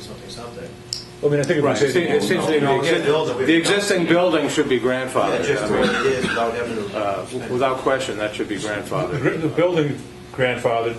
How about the uses, though? Well, municipal uses are allowed as a matter of right, so, Okay. This is changing something. This would be a very unusual provision to tell a town or a city that it has to go to another board for permission to do something on its own property, it's just... It's not unusual in other cities and towns. It's unusual here. We'd like to freedom. But We'd like to have Likewise. reasonable residential development that's compatible with the residential use too. And that's Right. not saying that there wouldn't be. Right now, it's office space, and it's you have some trucks going in and out. Right. So I'm not. I think we're talking about essentially the same type of use. We're talking about administrative office space. There's a big garage area there, so I think you're going to have some type of delivery trucks or something like that, or vehicles. I mean. And our primary concern is just the site design and layout too. We just want to make sure that the entrance for both the municipal use and the residential use compatible. So, if the building doesn't change, that's not an issue. It's the issue of the fact that you're introducing residential to this area, and so someone who might want to buy a unit there wants to make sure that that entrance and the landscaping is compatible, so it looks like a residential. Just want to make sure you can plant trees and Yeah. shrubs if you choose to. On the property to make the entrance way to your place look nice. And for the towns, for the entrance to the municipal The building. the town would not have a lot of room for landscaping on this lot that we're talking about. I mean, It's 30 feet in front, Yeah. but there's also access over the town property. Yeah. So, I mean, that is, if we were to grandfather the current type uses, which currently are office space, professional office space, those type of uses, but there's warehousing there too, which is a use that I think the town would possibly consider. But I wish to list the uses, because then if you forget to list something, now you can't do it. I know, but I think You gotta leave it open to a point. But that's going to, I will say, that's going to be one of the questions that's going to be asked at town meeting for people to approve this, yes or no. right, ma'am. I just want, can you just clarify, Mr. Pierce had said the multifamily dwelling bylaw? Which one you're going to go by? Oh, right now, the consistent with the existing The bylaw. existing, okay. Which is a small one. Okay. Mr. Smolak, so can you envision an amended, some changes to this amendment that would allow the existing type uses by the municipality, but that could also potentially create some of the use restrictions that you would not want the municipality to? Well, it doesn't have to be in the zoning bylaw, but it could be in a set of covenants that the town enters into. Okay. That would bind I think the that town makes sense. in terms of uses and so on. I think so as a restrictive covenant on the deed. That would be addressed in the development agreement that you're going to draft. Right. So, we're all aware of what you're concerned with, and we understand why this could be a frustrating process. We don't want to see snowplows back there either, or the light department, changing out their trucks in your backyard necessarily either. So that potentially could... I have to say, complete disclosure here, that the light department has expressed interest in using Okay. But they're not 24/7, so it could be the DPW. Yeah, so it's, those are the type of things we need to deal with. This is one of the best light departments in the whole country. Absolutely, and they deserve to get that bigger spacing. Somebody heard you. Okay. So, I think that's an excellent consideration, if a deed restriction that whoever grants it can put whatever restrictions on it they want. The town has to decide whether they want to take it in that form, but it sounds like we could probably reach an agreement where we could find something that both parties could live with. So, other considerations that we would need that the community has about considering this project? Yeah. One, Brett Twombly, 29 Deerfield Lane. My wife and I own the parcel next to it, which would be the south side, west side behind the transit station, behind the depot. In back there is a pit in back there, and it drops like 100 foot, and it extends into Didex's property quite a ways into that. Isn't there a gravel pit there at some point? Yeah, gravel pit. Yeah. Because Okay. what there is, and how this developer is going to look at this, I don't know what's going to happen, or even anything does happen. When they start developing that, what's going to happen to our property going in there? Because once you start, and you said there's a 15-foot setback, so if you build houses all the way around it, those houses are going to fall into the pit. So it's an awful steep cliff, and I'm just wondering, what are they going to do to shore that up, or take care of my property, my wife's property? Yeah, please. Just because he's with the developer, he might be able to give us. Go ahead. Well, first of all, this bylaw is a very, very strict bylaw. I mean, the planning board has significant control over the design and layout of the buildings. And we've been working well in discussions with the planning board as to what we'd like to see out there.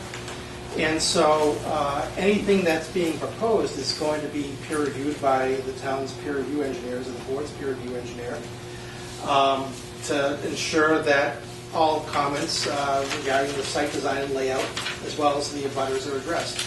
It doesn't make sense to put a building right on a cliff if that's what you're talking about. And that's not the intent. I mean, the intent is to make develop and design a community that not only is compatible with the neighborhood, but also is something that is marketable to the buyers as well. So, and so in terms of any impact from the zoning district, I don't see the impact in that regard. And if there's a concern about setbacks in that area, I'm sure that's going to be addressed. Sure. If this is approved, then it would be addressed as part of the planning board review process. And as with every project like this, any stormwater management has to happen on site. They're not running their water into your backyard, so you don't have to. I mean, that's something we deal with very carefully to make sure that they're handling. Anybody's seen the property, you can see what I'm talking. What number Railroad Avenue is this behind? Behind Railroad Avenue? No, are you on Railroad? No, I'm on Deerfield Lane. Oh, okay, the little strip. I've seen it. I've seen it. And it goes So, a lot into Didex's I'm on property. Railroad, so I'll go over and take a look at it. I'm glad to take you over there and show you this, I know you the will. excessive wetland behind there, near the tracks. There's a lot of wetland. What's that? Yeah, we can, All right, so is there anybody else that has any specific comments on this proposal that we'd like to try to address tonight? I think we're not quite at the point where we want to close it because we have a lot of comments that we took in tonight. We might want to take another look at it before we take a vote on it, but Continue it to... I'm sorry, Mr. Graham? Can I volunteer to maybe take another look with the board at section 415-4B? I'm looking at the intensity of land use and the determination of maximum building height. I can't see how anybody could really, I don't want to step on anybody's toes, whoever wrote that, but I could make it happen. The distance is 6 feet from the front of each building? That whole section would be very, very cumbersome to work with and apply. Well, I mean, as it was explained to me, what they're trying to do is find an average grade from which they can measure the height. And that's why they go with that standard. But and the concern is not that they want to have structures that are exceeding 35 feet, but they want to have a benchmark from which we measure that's uniform. It's just the way it's written to determine the average elevation 6 feet in front of the buildings. Yeah. So how do you do that? Do you take it every foot? Do you take two corners? You know, that is a very cumbersome way to do it. Larry brings up a good point. And then the highest, and then when you're talking about the highest point to the top story of a flat roof, and then you have to determine the plate and the ridge and average that. It's just something that's not easy to do. There's much better ways to get the same way in Well, Midland. we have a different provision on height limit in our bylaw, and I don't know to what extent this differs from I can that. tell you where it differs, and this is better in the sense of measuring all the way around. In the regular bylaw, it says 35 feet measured at the front of the building only. And so you have a drop off or something like that, it gets taller in the rear because of that through. Okay.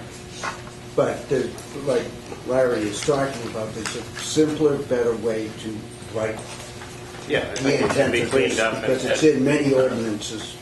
You get the same result. Yeah. Okay, and I think that's all we're looking for. It's certainly something, though, that you can work with.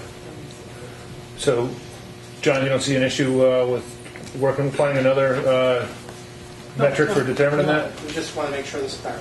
Yeah. That's the reason why we have a public hearing. If there are issues that we need to sort of What's the setback got to be from the surrounding properties? Okay, the setback, in other words, if they're going to cut trees and make walkways and all this whatever stuff, you know, do they have any kind of a buffer zone? So right now, as it's proposed, there's a 15-foot buffer to someone else's property. That's not enough. That's all. That's the town, that's the whole town. That's consistent with the entire town. Every district has a 15-foot setback. Well, this is a special district. This also has a provision for landscaping, screening, currently the way it's written, in that perimeter buffer. that was And certainly we would have them, any It's a development that came forward. It's a minimum buffer. It's a minimum buffer, right. And also landscaping and screening is something that we would insist that they provide us a landscape plan that we would make sure is robust, that they have, intend to plant trees that'll grow, that'll create some of the buffers and screening from adjacent properties. You go to Village Square, there is no building that is, I don't think there's any building that's within the 15 foot of the setback. And we did underplanting and everything in there to screen from, what's the street that's adjacent to? Merriweather, I think. Merriweather, yeah. And I drove down there the other day and barely could see it. All right, so I make a motion that we continue this to when? So we're looking at December 5th, I think. Yeah, next week. Yeah, it's going to be a busy meeting. Well, that's just, it actually... One more question. That was going to be focused just on zoning amendments. That's one that we moved the other three. And Right, one of so those this is three going to be all on zoning. Yeah, and one of those three is actually going to be moved to, we're going to continue to the 12th because the applicant requested. Which one is that for? The Coughlin. Oh, no. Okay. Because they're going to be asking to wait until the Springtown. They already have, right. Yeah. So yeah, that's, they actually Oh, good, so that little space opened up. That's less critical, yeah. All right, Yeah. so we have a... Yes, can I ask a question of the Didex attorney? Sure. Okay. Have you started courting developers, and do you, if so, do you believe you have a developer who can make a development where homeowners are going to want to drive around a municipal building and live back in the back end of your lot? If you're talking about marketability, we've had discussions with a number of reputable developers who do very good work, and there is a significant amount of interest in the redevelopment of this area. So if that answers your question, it's just what you have to do with a site like this. There's the challenges that you're probably going to have. You're going to have sort of like a shared driveway with the municipal use and the residential use, and I mean those uses aren't necessarily going to be occurring at the same time. I mean, you'll have folks leaving on the residential side and on the municipal side, depending on the use. That may be at a different time. So we don't see that. I mean, getting back to the issue of traffic, that would be an issue that would be reviewed by the town through the planning board review process. We put together a traffic study, the developer would put together a traffic study, the town's peer review traffic engineer would review it and make sure that things would work. But the idea is to sort of try to create a landscape buffer on that front entrance so that there's a bit of a buffer as well between the residential use and the municipal use. And that's critical because we want the residential side to feel like a community and that has readily available access to the commuter rail station, which, as you know, is significantly underutilized.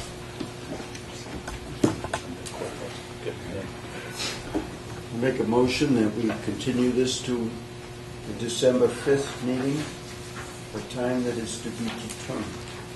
Second. All in favor? Aye. Aye. So thanks for everyone's participation in this. We have further matters to hear, but we're going to finish up on that. We're finished up on that issue at this point. You're welcome to stay. Keep that. Chairman, would that be around 7 o'clock? Well, as far as the time, can we? We'll definitely let you know for certain. But I think we have a couple of. Like I said, we got 3 other issues on, but one just got continued. So we got to look at how that's going to play out. Okay. Thank you.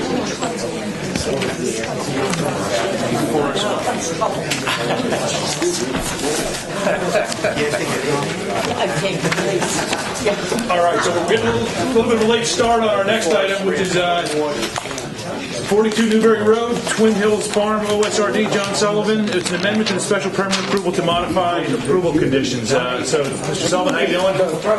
Chris. Good. Yeah, that's the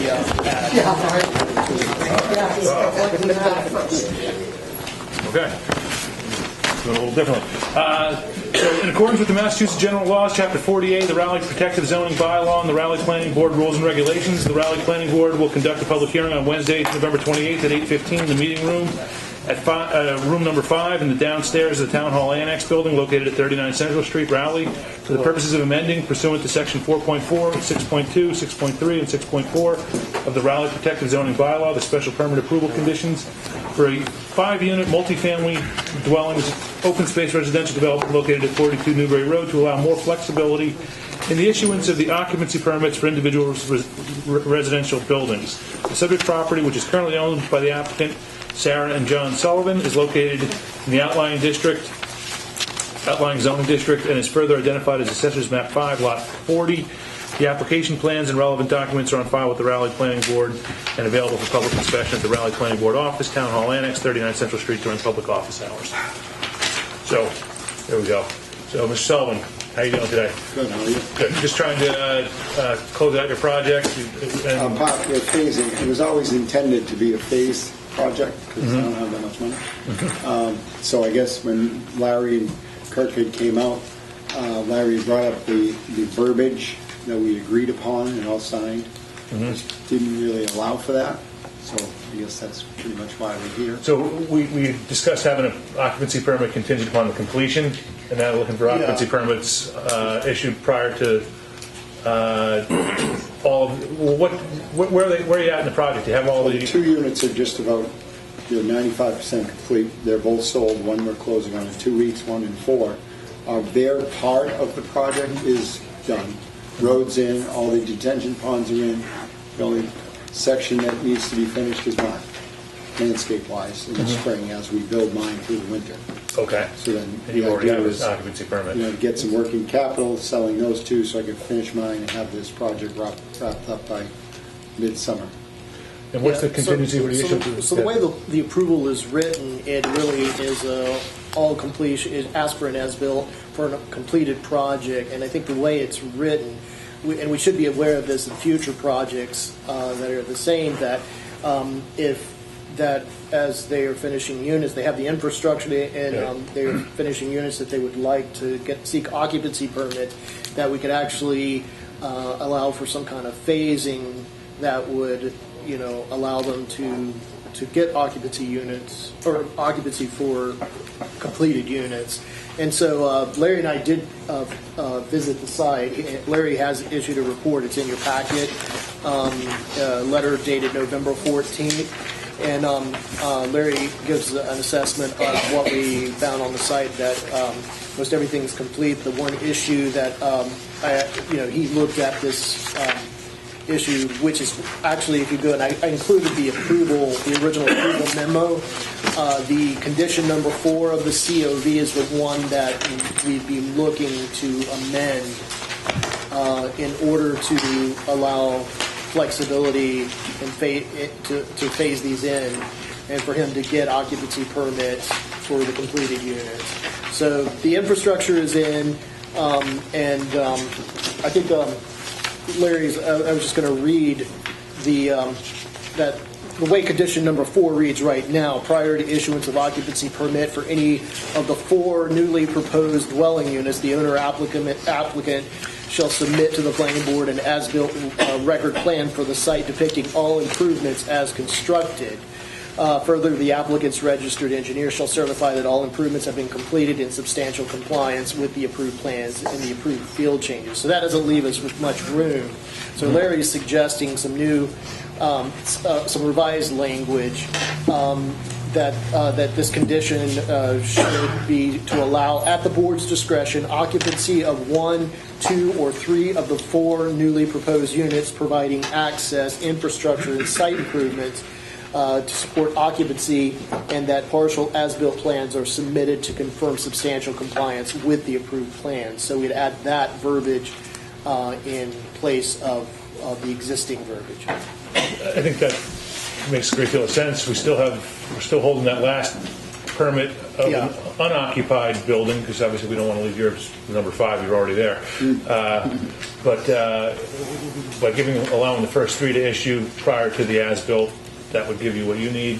We still have, it's all contingent upon Mr. Graham or somebody from the planning board doing an inspection to confirm that they're in compliance up until that point. Yeah. And I've given them a And they've already done up-to-date that. as-built, Yeah. so I have that. So I think that's what we're here to decide tonight, is to amend condition number 4 with the newly proposed language. And I was really Love to know what you think. No, those, what Kirk read is what I suggested. Okay. I have no change to that. Terrific. I noticed you have a comment, ma'am? Sherry Gator, Weathersfield Street, with the winter coming, is this going to be a separate road that's going to need to be plowed because it's not going to be accepted by the town? No, it's private. So It's going to continue to be a private ownership, So we don't even be after fully responsible built for out. They're responsible. That's the way we like to do it. And Mr. Sullivan lives on the road. Yes, I live there, and I'm very diligent about getting this job done. Good. I want to move on. Well, we'll see if we can help you. Anybody else have any comments on this project? From the, Mr. Chairman, Oh, sure. from the Conservation Commission standpoint, first of all, we'd like to be copied on the information in regards to the status of this project that were not submitted to us at all, even though we have permits governing activities there. It's been reported that we've made progress in regards to the conservation restriction, has been duly executed, and we just received an email at 7:35 tonight saying that it had been recorded, but I don't have the recording information yet. We still have the baseline report for that CR to be developed. The baseline report is basically a snapshot and gives you a documented status report of on-the-ground conditions, so you know what the condition of the property is and therefore can monitor it on into the future to see that activities that are either restricted or prohibited by the CR do not take place on that. So that's the quote-unquote the only thing we have left to do. Okay. We're waiting to hear from the applicant's engineer who's responsible for generating that documentation. Okay. Imagine some of that was contingent upon the A&R we approved today, right? I think it's governed more by our order of conditions Okay. than necessarily your permit, but I wanted us to act in concert and not to have one board be left with undone obligations and another board getting I think that's sanctifying what's the project without Are we talking about knowing what the status is with the what A&R approved? That was 50. That was 50 new bid. That's the project beside I this. had the two of them confused in the beginning. I apologize. They're right, 40 and 50 right next door, very similar projects. Yeah, This is a small one. Gotcha. 42, yes. Fine. So that explains the CR and not the. Right. Yes. That's why there's a CR. We're retaining ours. Which does provide those the same benefits: protection of natural resources, Which are retaining ours. public access, restricted parking to the public access trail to gain, and then it abuts previously owned preserved conservation land to the rear of the parcel. So again, there is the baseline report component that does still need to be consummated, but the CR document has been signed by the state and has been recorded, so it is in place. Good, we're making progress on that. And from my perspective, we still got that last unit to build this winter, which at the point of the spring, all the trail stuff for the conservation, we're still underneath the order conditions through the completion next year, so there's plenty of. That's your time to get that done. Yeah. So we hold it over your head. Yeah, just till the end. Good, but we'll just make sure we have communication between the different boards Yeah. going forward. All right. What do we need from this board? We need first to close the meeting, unless we have any further comment. Any abutters? No, no, I'm Close the meeting. Motion to close the meeting. Second. all in favor of closing the public meeting? Aye. All right. So the next thing we need is a vote to amend the current certificate of vote to. I guess I'll make a motion to amend the current certificate of vote to allow for the phased issuance of occupancy permits. Yeah, Larry's language. Using Larry's proposed language, and you've taken a look at that. You're cool. Yeah. Very good then. So my motion is that we approve Larry's proposed amended language to amend the COV. Second. All in favor? Aye. Aye. So there you go. All right. Thank you. And then I just need something in writing for the building inspector to know that I'll this take care of happened. that tomorrow. You might, we'll have everything, sign and everything later on. All right. Okay? Thanks, guys. Great. Thank you. Glad it got done for you. You're able to sell that place, so before the snow moves in. Okay. So next item on the agenda was a meeting initially scheduled for 8:20. 9:15. We'll open it now. Kurt, do we have a? You remember we opened this one. Okay, so this is a continued public hearing. Continued to deny. From our last meeting of November 14th, right? Yes. Okay, so we have Fox Hollow Open Space Residential Subdivision at 430 Weathersfield Street, Taylor Lane. The review of an open space residential development special permit with site plan and preliminary subdivision plan. So, how are you this evening? Good evening, Jill Mann here on behalf of Taylor Lane LLC, the applicant in connection with the OSRD special permit. We're here this evening to review the application, to discuss Larry's comments, which thank you very much for, and to hopefully secure from this board acceptance of the yield plan so that we can begin to develop the final plans, because those plans that we had submitted are truly preliminary until such time as we actually have a good yield plan. If I may, if it's okay with the chair, sure. What I'd like to do is just kind of go through Larry's comments and just address each of them in turn, and that way we can kind of get through that and the board can ask questions as it sees fit. So essentially, I went through the plan, and there were, I apologize, his comments, and one of the major comments, at least in my mind, was the makeup of the property that is actually the subject of the petition. We did, in fact, get an amendment from one of the landowners. His name is Bruce Tompkins, and we did amend our purchase and sale agreement with him to include the additional 7 acres of land. The only reason why we didn't go forward and actually change every single solitary plan is you can only imagine the cost of that, and the purpose of the hearing really at this stage is to try and secure from this board an approval of the preliminary plan. However, in response to and in deference to Mr. Graham's comment, we did update that one single sheet to show the I'll put one down here too for you guys. We did amend, starting with that, we did amend the plan. I'm going to put this on the microphone so you can So this basically shows the additional acreage. It's coming right down here. So that's where the additional land is. So it's right down in this area. And then you can see the detail sheet showing parcel A, which is the additional acreage. I'm going to give one. I gave one for the board, and then I figured I'd give one to Larry as well. And then I did the authorization from Bruce, just showing he actually, Bruce just simply amended it, basically crossed it out and added the additional land. I know that's how it works. So we do have permission to continue with that particular additional land. But good catch, Mr. Green.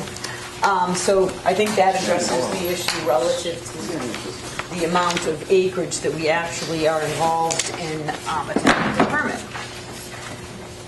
So that just validates basically it is about 9. Good. That was definitely, Yeah, that's a big issue, right? Right.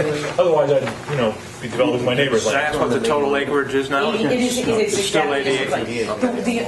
May I just? Please, yeah. So what ended up happening was in the actual plans, when we did the preliminary plans, when we showed everything in the yield plan, we did show all 89 acres. It's just that we had, do you mind if I just show you all this 1 second? So when we had only showed a cutoff right about, I want to say like right here. And it cut off the 7 acres, additional acres that we were getting from Bruce. And it was just on one sheet. And that's why I amended the sheet and submitted it back. But it's my application is correct. All the supplemental information relative to the 89 acres is accurate. Sorry about that. There you go. Okay, so if it's okay, I'm just going to stand. Yeah, certainly. Okay. I'm sorry. No, I don't mind. Space. I prefer to be on my feet. So a couple of the other issues relative to Mr. Graham. I'm going to go over the ones that I think are easiest to answer, and then the ones that I'm going to end up having to maybe have more discussion with you. So that was the additional Tompkins land. The other issue that was brought up by Mr. Pham was the fact that the way in which we had perked and or tested the property. As you know, this particular property is very important or of interest to the town. How's that? In those interested areas, I'm sorry about not having a easel. Well, that's our efficiency here. So if you will, do you mind if I just take this plan and show the back so that they can understand what I'm saying as well? Okay, so basically for the board's purpose, can you hold that for me? So essentially, what you have is, in this area, what point as I do it? Do you want me to, we can, that's a... Oh, can I? Yeah, man. And I brought these in case, because all these... That is wonderful. Thank you very, very much. So I'm just going to describe for you the land that is... Well, in case you're wondering, I'm not very coordinated. That's just something I want. Okay. I'm the one who's going to step on it. It's going to go right through the bottom of my shoe, and it's going to be a fun... So anyway, what I'm trying to describe to you is the land that holds an interest to the town, and that is called, for lack of a better term, the Apple Orchard. That's adjacent to the Girl Scout camp. Thank you very much. That's adjacent to the Girl Scout camp, as well as other areas that are adjacent to other town-owned property.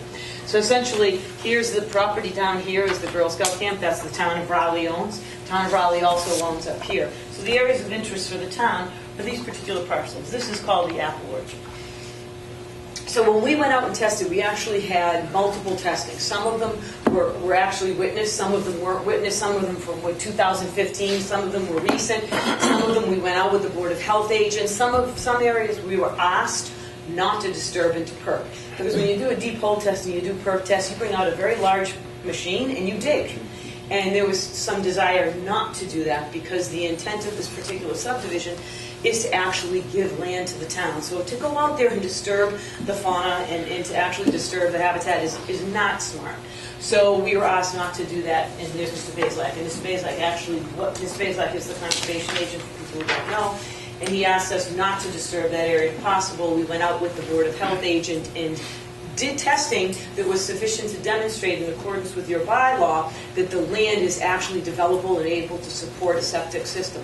So the fact that this land is not eligible is not correct. This land can all be perked. Where we show the perks, we can show them. When we show lots, we can support a septic system. And then what I did have for you, though, because I thought, I should support it, and I can give it to Mr. Graham as well.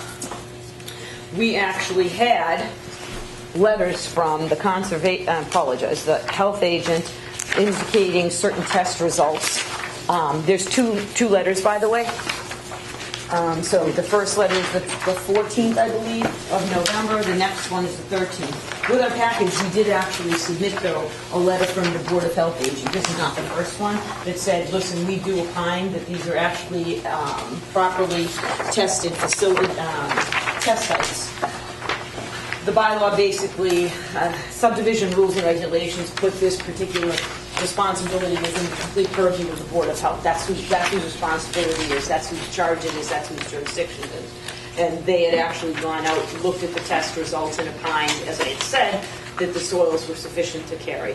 That's how we did the yield. Okay.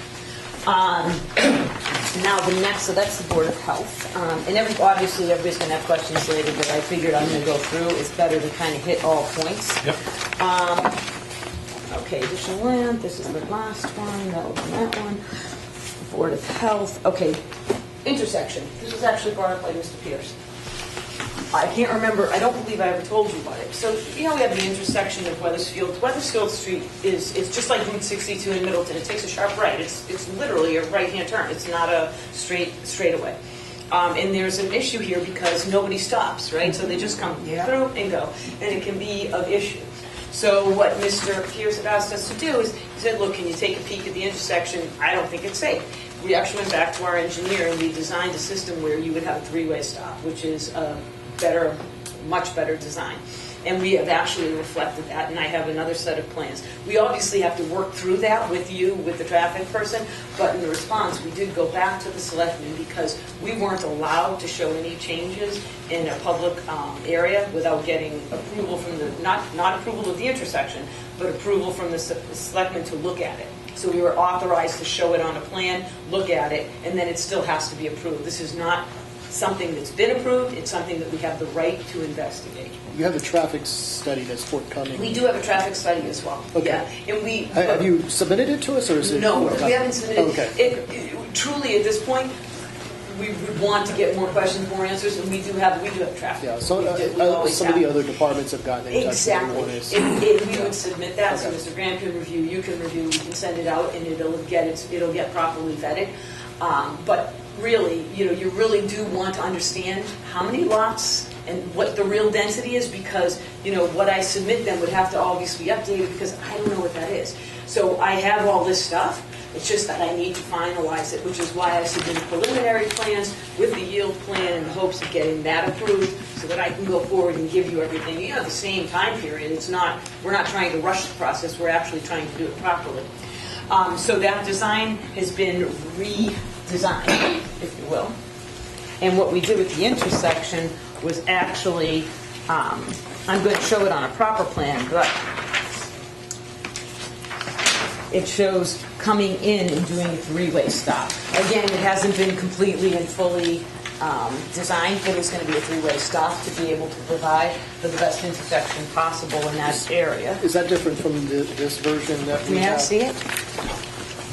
No, it's the same thing. It's Oh, that's it. It's, Okay, it's so everybody basically, should have this.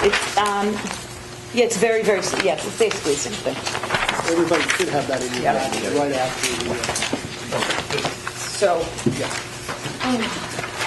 okay, so that was the intersection.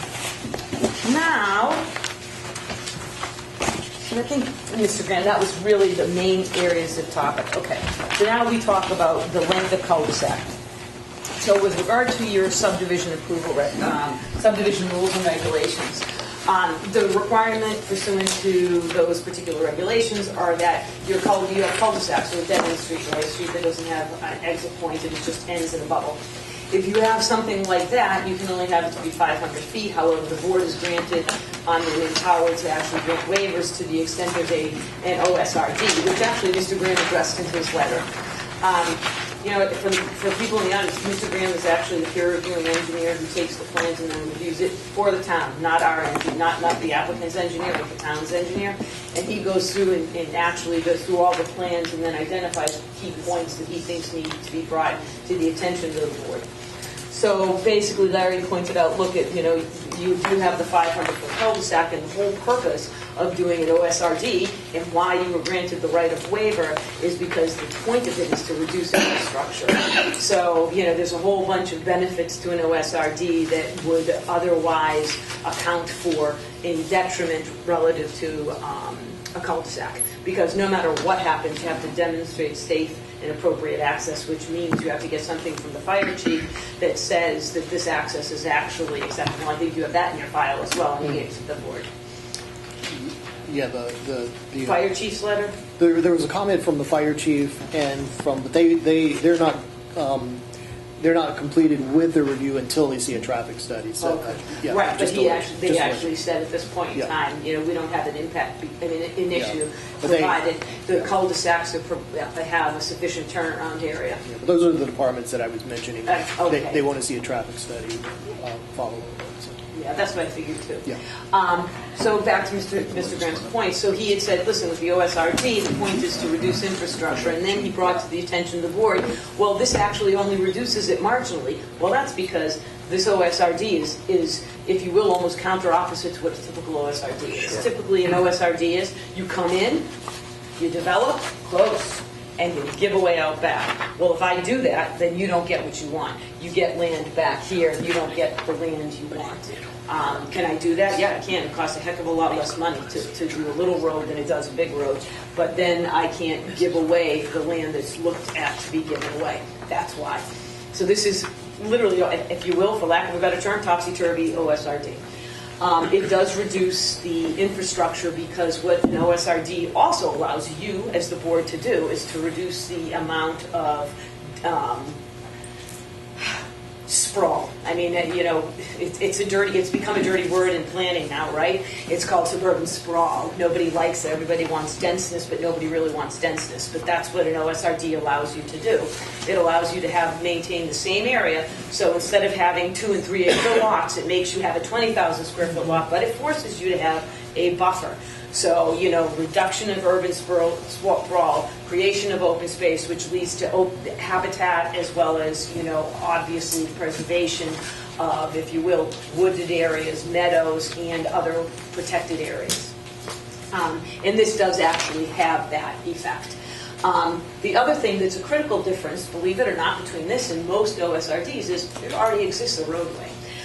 So what's the definition of subdivision? We're definitely going for subdivision. I'm not trying to skirt the issue. I want to do a subdivision approval because I want this road, it will be public. I want this road to be a public way. I am going to go through the process. We are going to get the road to be approved. It's going to meet all of your standards, all of them. However, there is actually a road that comes through here. It's called Taylor Lane. It exists. It's a road. It's been in existence since, it's what we call an ancient way that's been on plans, cited in deeds. I mean, you can find them back into the early 20s and even before. So there actually exists a roadway to date. What's the length of that road? 4,000 feet. It comes here and it goes all the way. Does it connect It's on paper all the way? Why do you only? It's on paper all the way. Why do you only show it to that point? I don't know why he did it there. He stopped. This is the driveway that they show. Okay. So you know what? That's actually a great question. It shows on Donovan's plan. I'm just curious. So. Yeah. So what it was is, when the people who own it, the Morants, they actually had their driveway and it ends at that point. They kind of. I told you I was. You're in trouble. I told you. It kind of follows Taylor Lane, but not quite. So if you'll notice on the plan in Taylor Lane, I actually have an egress point here, and the reason I can't cut it off.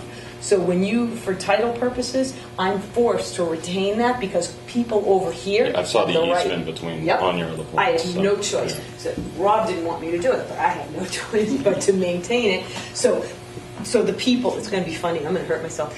So the people are actually here can use Taylor Lane. However, we're not creating that access point. If they want to do that, they're going to have to get it approved by you.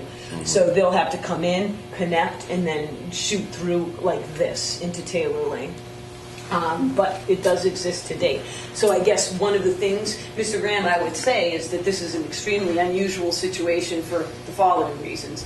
The structure, the location of the actual land that the town desires that is very important for it, and the fact that there already is a way that exists, that is traversable. Parts of it are not. Parts of it still have not been developed, but a big chunk of it is actually graveled. So those are the things that I would argue are actually what differentiate. And in any event, no matter what, we still have to demonstrate safety. So our traffic report person has to say that our roadway provides safe access. Your fire department chief has to say it's safe, as well as not only for your fire equipment, but also for your ambulance equipment. And we will end up doing that during the subdivision process. The yield plan process doesn't engender that type of a review because it's simply to determine your density. I think, Mr. Graham, I've hit all of the big high points. We did talk slightly in his letter about the density, whether it was 45, 40, 36. There was all these numbers bandied about basically because Mr. Graham was uncertain. Jill, did you really include and intend to include Tompkins? Yes, we did. And then the other question was, did the Board of Health truly sign off and say that the land was suitable for the septic systems? And I believe that we have demonstrated that that actually is the case. So at this point, if the board has questions for me, or I'm going to go back here. And could you show us the yield plan you have? Do you have a copy of that? Yes, actually, I had a whole bunch of copies of the yield. Yeah, it's in your plan, but only a little. Yeah, it's in your package. You know me, Mr. Chair. Of course it's in. I can never read it. Back to back. Especially when they're upside down. That's my best problem. No, it's not. I have it for you. I hate that. Okay, so the yield plan. Oh, Larry, can I borrow that? Oh, thank you so much. I appreciate it. I haven't seen anything. That's something that shows that road all the way through. Change in the intersection. It is not in. I just have I don't think it's 50 feet It's in your right away. I think packet. there's a weekend of this private, you have private rights in the way. Doesn't make it a public way? It doesn't make the way in existence prior to 19. I don't think Is it all right if I just answer his question about Sure. the intersection? Does he want to see, I just have to ask. does he need to So see? here's where you're, so the question was, thank you, okay. He wants The that. question was asked about the intersection, where it's located, how I intend to intersect. So here's the intersection as it exists to date. Weathersfield takes that right-hand turn. You've got to back up just a wee bit and get in front of the window. The people who are asking the questions, and you're sitting there, yes, they're all looking at your back. Just kidding. Okay, I'm having issues. I'm just not tall enough because my arms aren't long enough. So here's the Weathersfield. Can you see that? Yeah. Okay, so there's Weathersfield Street on that plan. Can you see this? That's the light turn of where Weathersfield. So what we would do is straighten it out, and it would be, so we would move slightly how the intersection hits so that it'll hit, it's a three-way, a real three-way, where it's a three-way stop with crosswalks. So I'm being dense. So I see Weathersfield Street. Yep, here's Taylor Lane, it's right about here where it comes out. Okay, and what is it that you're changing on Weathersfield Street? Not much, we're just going to relocate some of the pavement and make it a little more receptive to a three-way stop. Because right now, people fly through because it's the curve, and You're getting rid of the There's curb. no stop signs there. there's nothing, right? There's nothing there, So so we it would would- create three stop signs. Yeah, and we have to actually redo the pavement. That's why we had asked permission from the selectmen to actually present a plan, because we're not allowed to do that until they kind of get that you as a town own that road. So you're basically taking the curve out of the curve and making it a T junction. You got it. Right. Yep. That answer your question? That answers the question. All right. You're very welcome. What is it? Tom wants this here. Okay. Yeah, so over here. Right. And then the concept. Okay. Basically, they want to build So from here usually back. we have the television, so I'm not used to having big plans, otherwise we would have brought in easels, so you wouldn't have to. Excuse me, Jill, I wonder if you could explain to people that this is not what you want to build. This is. Oh, I will. Oh, I'm going to. Right, okay. This is not what I'm building. This is, so, do you mind if I just go to... Please, take the floor, yeah. So when it comes to an OSRD, Open Space Residential Subdivision, the intent is that you have to demonstrate to this board that I can develop a plan, a conventional plan, that has 60,000 square feet, 150 feet of frontage, 25 foot, all the setbacks, all the bells and whistles, and that I can perk the lots. I have to show them that I can do that in a conventional plan before I can even move forward with an OSRD. That's what a yield plan does. The yield plan is not our desire. It is not going to happen. We are not going to build it. This is not the plan we want. It uses the orchard. We are never going to do that. It actually uses land along the other side where you abut. We're not going to do that either. Even down here, as you can see, this is a sprawl. Like I said, that's suburban sprawl. That's not what a yield plan. That's not what an OSRD is targeted. You do the yield plan, which is this, to just demonstrate the amount that you can put in under a conventional plan. And the point of that is the board wants to make sure, look, just because you're doing an open space residential subdivision doesn't mean we're going to allow you over density. If you can't build it under normal circumstances, you aren't building it. That's why. So that's what this plan is, just to demonstrate real ability to develop lots. That being said, in OSRD, if you do things for the town, for example, if you have certain improvements, if you provide affordable housing, for example, affordable, good housing, you then are entitled to what they call a density bonus. And that's just something the town does to incent developers to give more to the town and to actually provide a public benefit that it otherwise is not legally required to do. Pretty good summary. Scott David, 292 Weathersfield. Sure. And so I interpret this plan as kind of I don't want to use the term threat, but it's like if you don't like the one we want to do, this is the one we do. No. This is not even close. They can't get to where they want to be until they do This this. is not a This threat. plan could never happen. We But it don't makes want the it. other one look a lot more attractive. But that's not, you have to, It does, but what they are saying is, look, if you didn't have the OSRD as an option, we could go ahead and do this. Or attempt to. Right, or attempt to, right. Yeah. but the point is this, everybody always says that, oh, this is a threat. It is not a threat. We are, if you, I know, but you know what I just didn't have But so enough many threat. people think that. This is simply what your bylaw permits. And until I can't, for lack of a better term, I can't even move off go until this is approved by this board.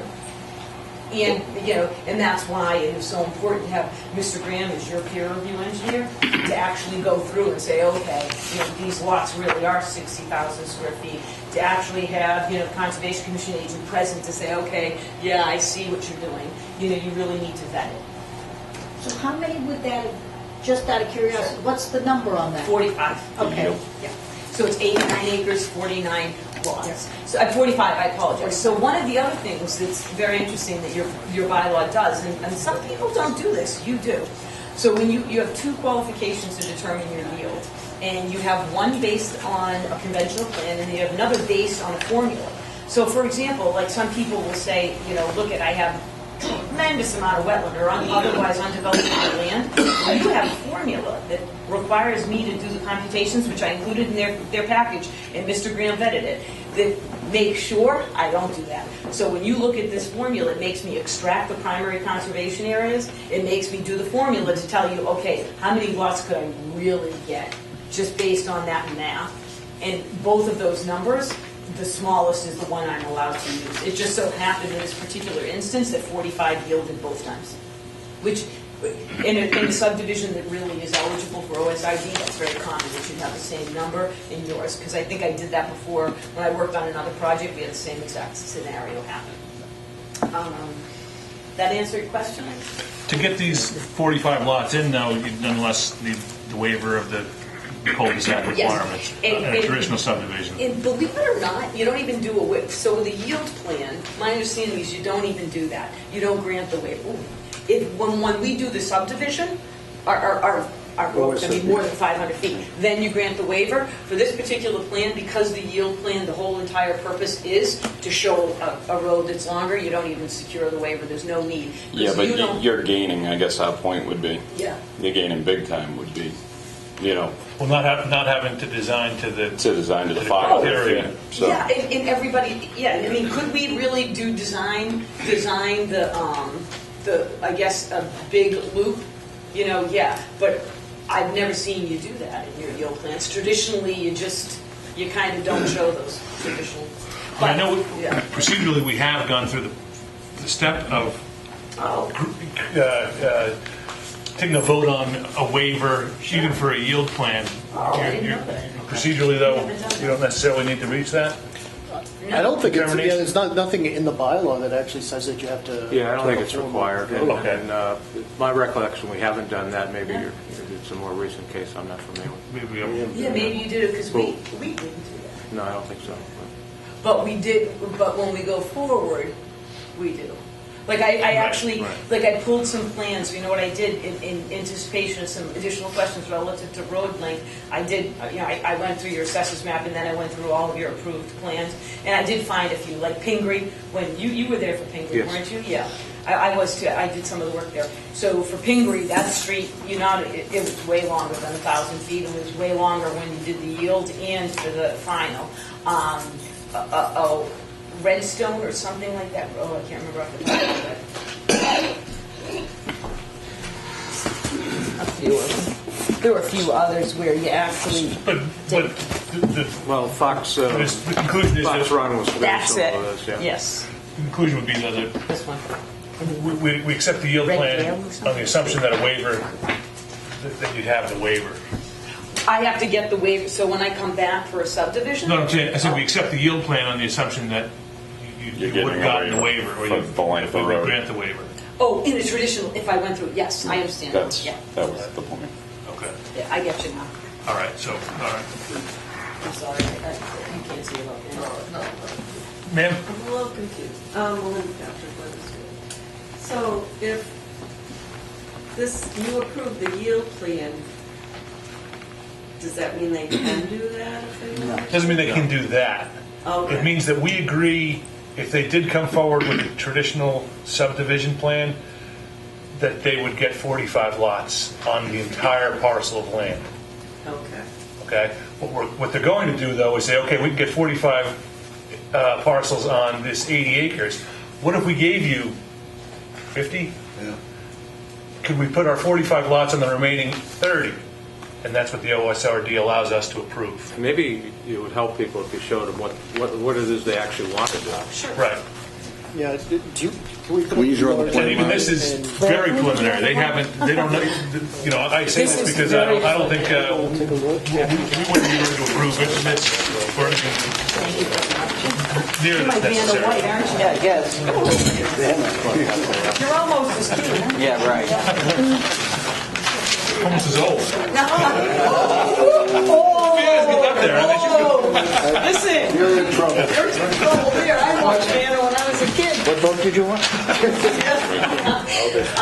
So this actually is a good plan for you to look at. So this, can you see that? Everyone can? So this is the actual open space residential subdivision. So all this land is, everything green would be dedicated and conveyed to the town, and then subjected to, remember you were talking about a conservation restriction, subjected to a conservation restriction.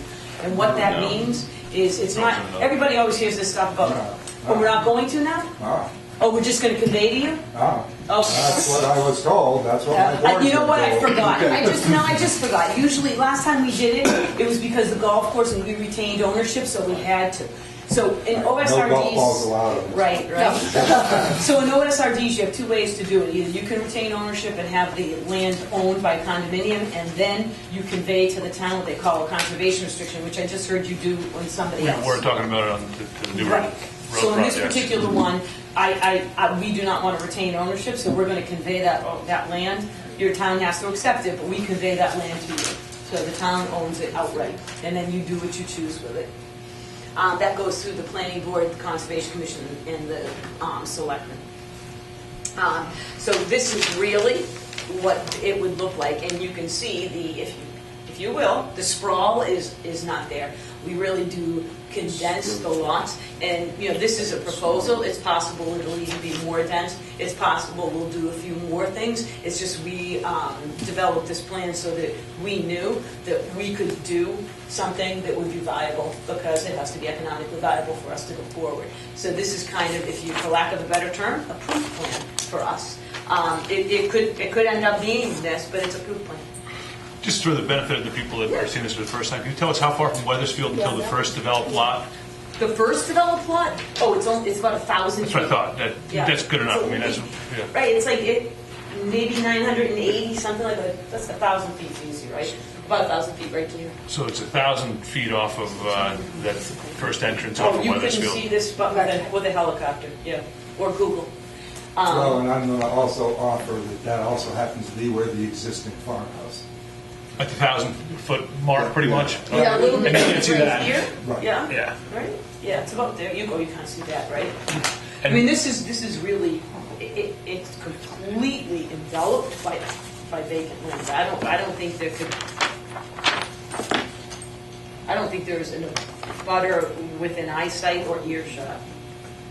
Is there? No. Yes. Yeah. I know you know it. That's why. Not from Weathersfield Street, anyway. No. How many I don't lots? even think.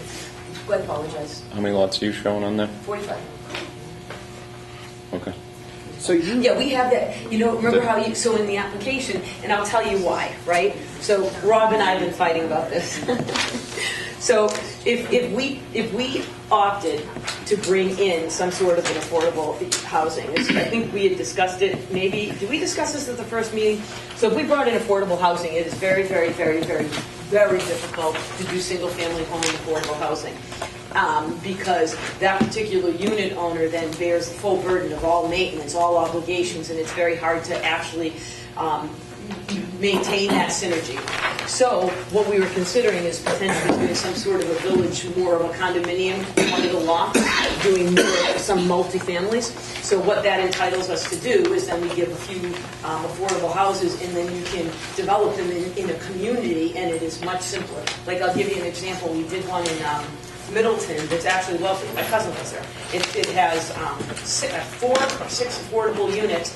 They're, triplexes, and everybody is just like around one big turnabout, I guess it's called. I don't know, but, the full turn. And it just allows people to then share the burden. Back in, maybe too much information for you, but back in the 90s when people were first doing the LIPs, the local initiative projects where you do the affordables in concert with the town, not 40B, they forced condominium owners to make the condominium contribution be equivalent to the actual affordable value instead of fair market value. So they have lower percentage interest? Oh, dear Lord. We're talking like other people pay $500 a month and they would pay $100. That has changed. That has changed because there was such an outcry. Sure. So what ends up happening is what the rest you do. of the association is just like today, so, yeah. I had one project with that, and somebody was washing their car and was in an affordable unit, and the other unit owner shut the water off. So, what happens. It happens. Yeah. And these people, it shouldn't. So what now you can do is you actually cause the unit to be valued at its fair market value when you establish your percentage. So obviously an affordable unit lacks some of the higher end fixtures, right? So maybe if you have an affordable unit and you're going to sell it for, I think here for a 2-bedroom would be $186,000. Maybe this unit sells for $500,000. But that affordable, if you do it at fair market value, it's about $350,000.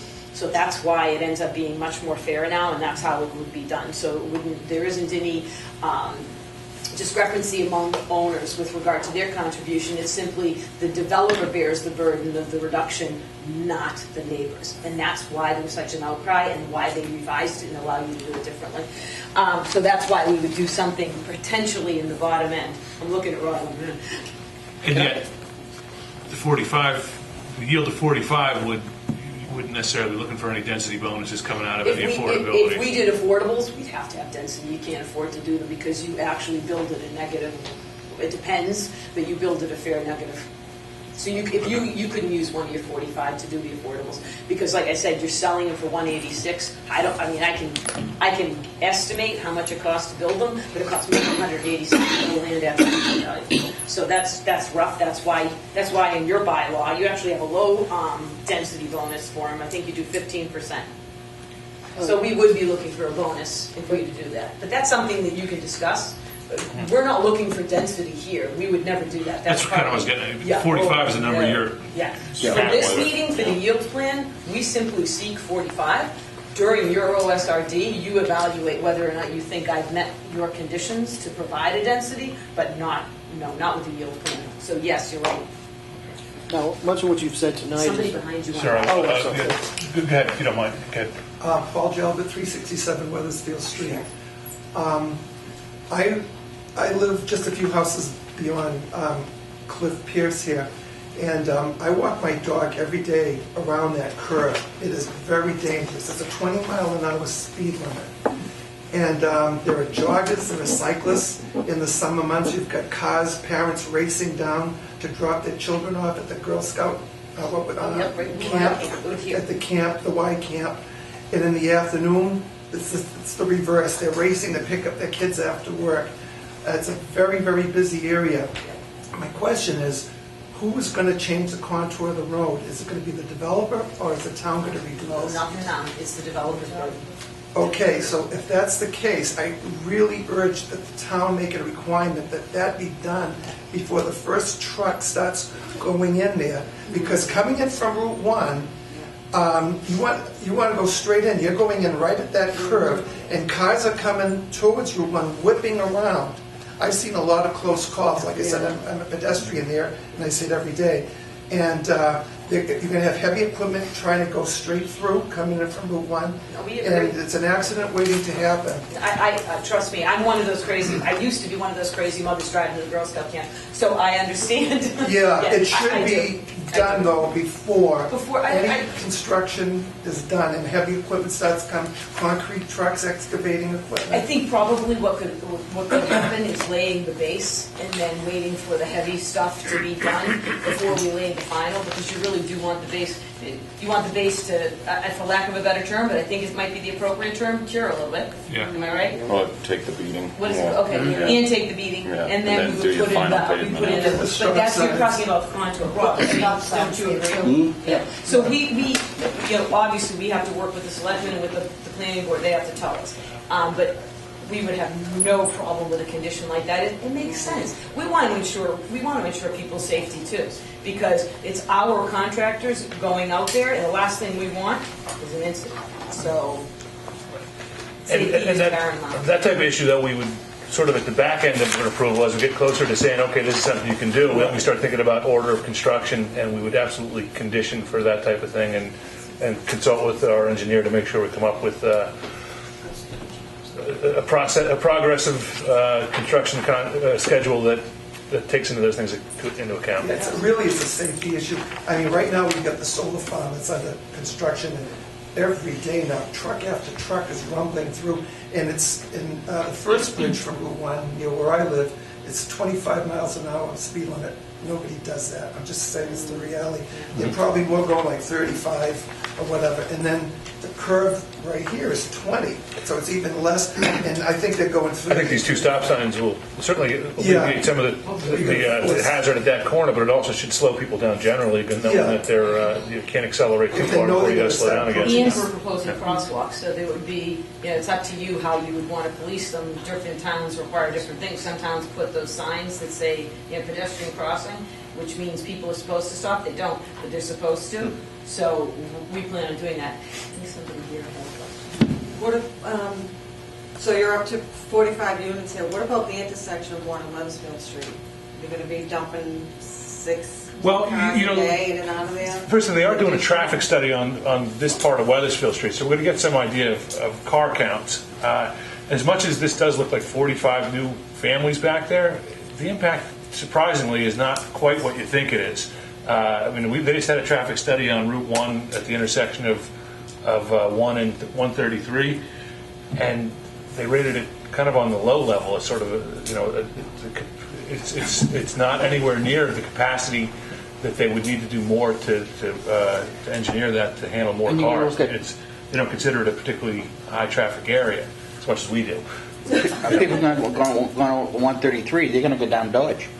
They'll swing around and go down Dodge Road. But I mean, it's... Well, the people going 95 are going to go... Absolutely. I travel down to the intersection of the diner and then head towards west on 133. And probably 4 out of 5 days a week, I'll see the traffic backed up to Circuit Drive from the lights. Pretty much between 8 and 9 you run into that. That's about it. Yeah, a little earlier. Yeah, maybe, yeah. But what that has done is it doesn't take long for the people that are coming from the west to the east to realize that Weathersfield is worth a cut through. It's a long journey because I go both. I'll do both. And time-wise, when the traffic my guess is people coming off of 95 would be certainly on Dodge and Weathersfield coming from this project.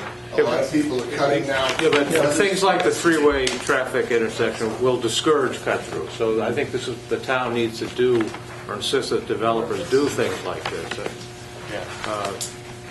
I'm not sure that the light at Route 1 and 133 is proper for certain times of the day. I agree. I agree with that. Because you look at what's backed up on Route 1, not much at all when you get up there, and yet you've been backed up But both then ways. it only takes one light cycle coming south on Route 1, one light cycle, and they cut through the bank and the package store and either race around the back or across the front. Just one light cycle, to save one light cycle. It's called enforcement. It's human, it's human nature to just, you gotta beat the other guy. I go through that all the time, and many a times there's a cruiser sitting right by the backside of the bank, waiting for those people to go through. Or agreement on the stop signs.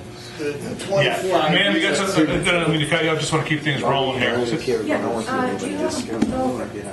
I apologize. Do you have a developer? Oh, yeah, right there, Rob Nixon. Okay, right. Okay.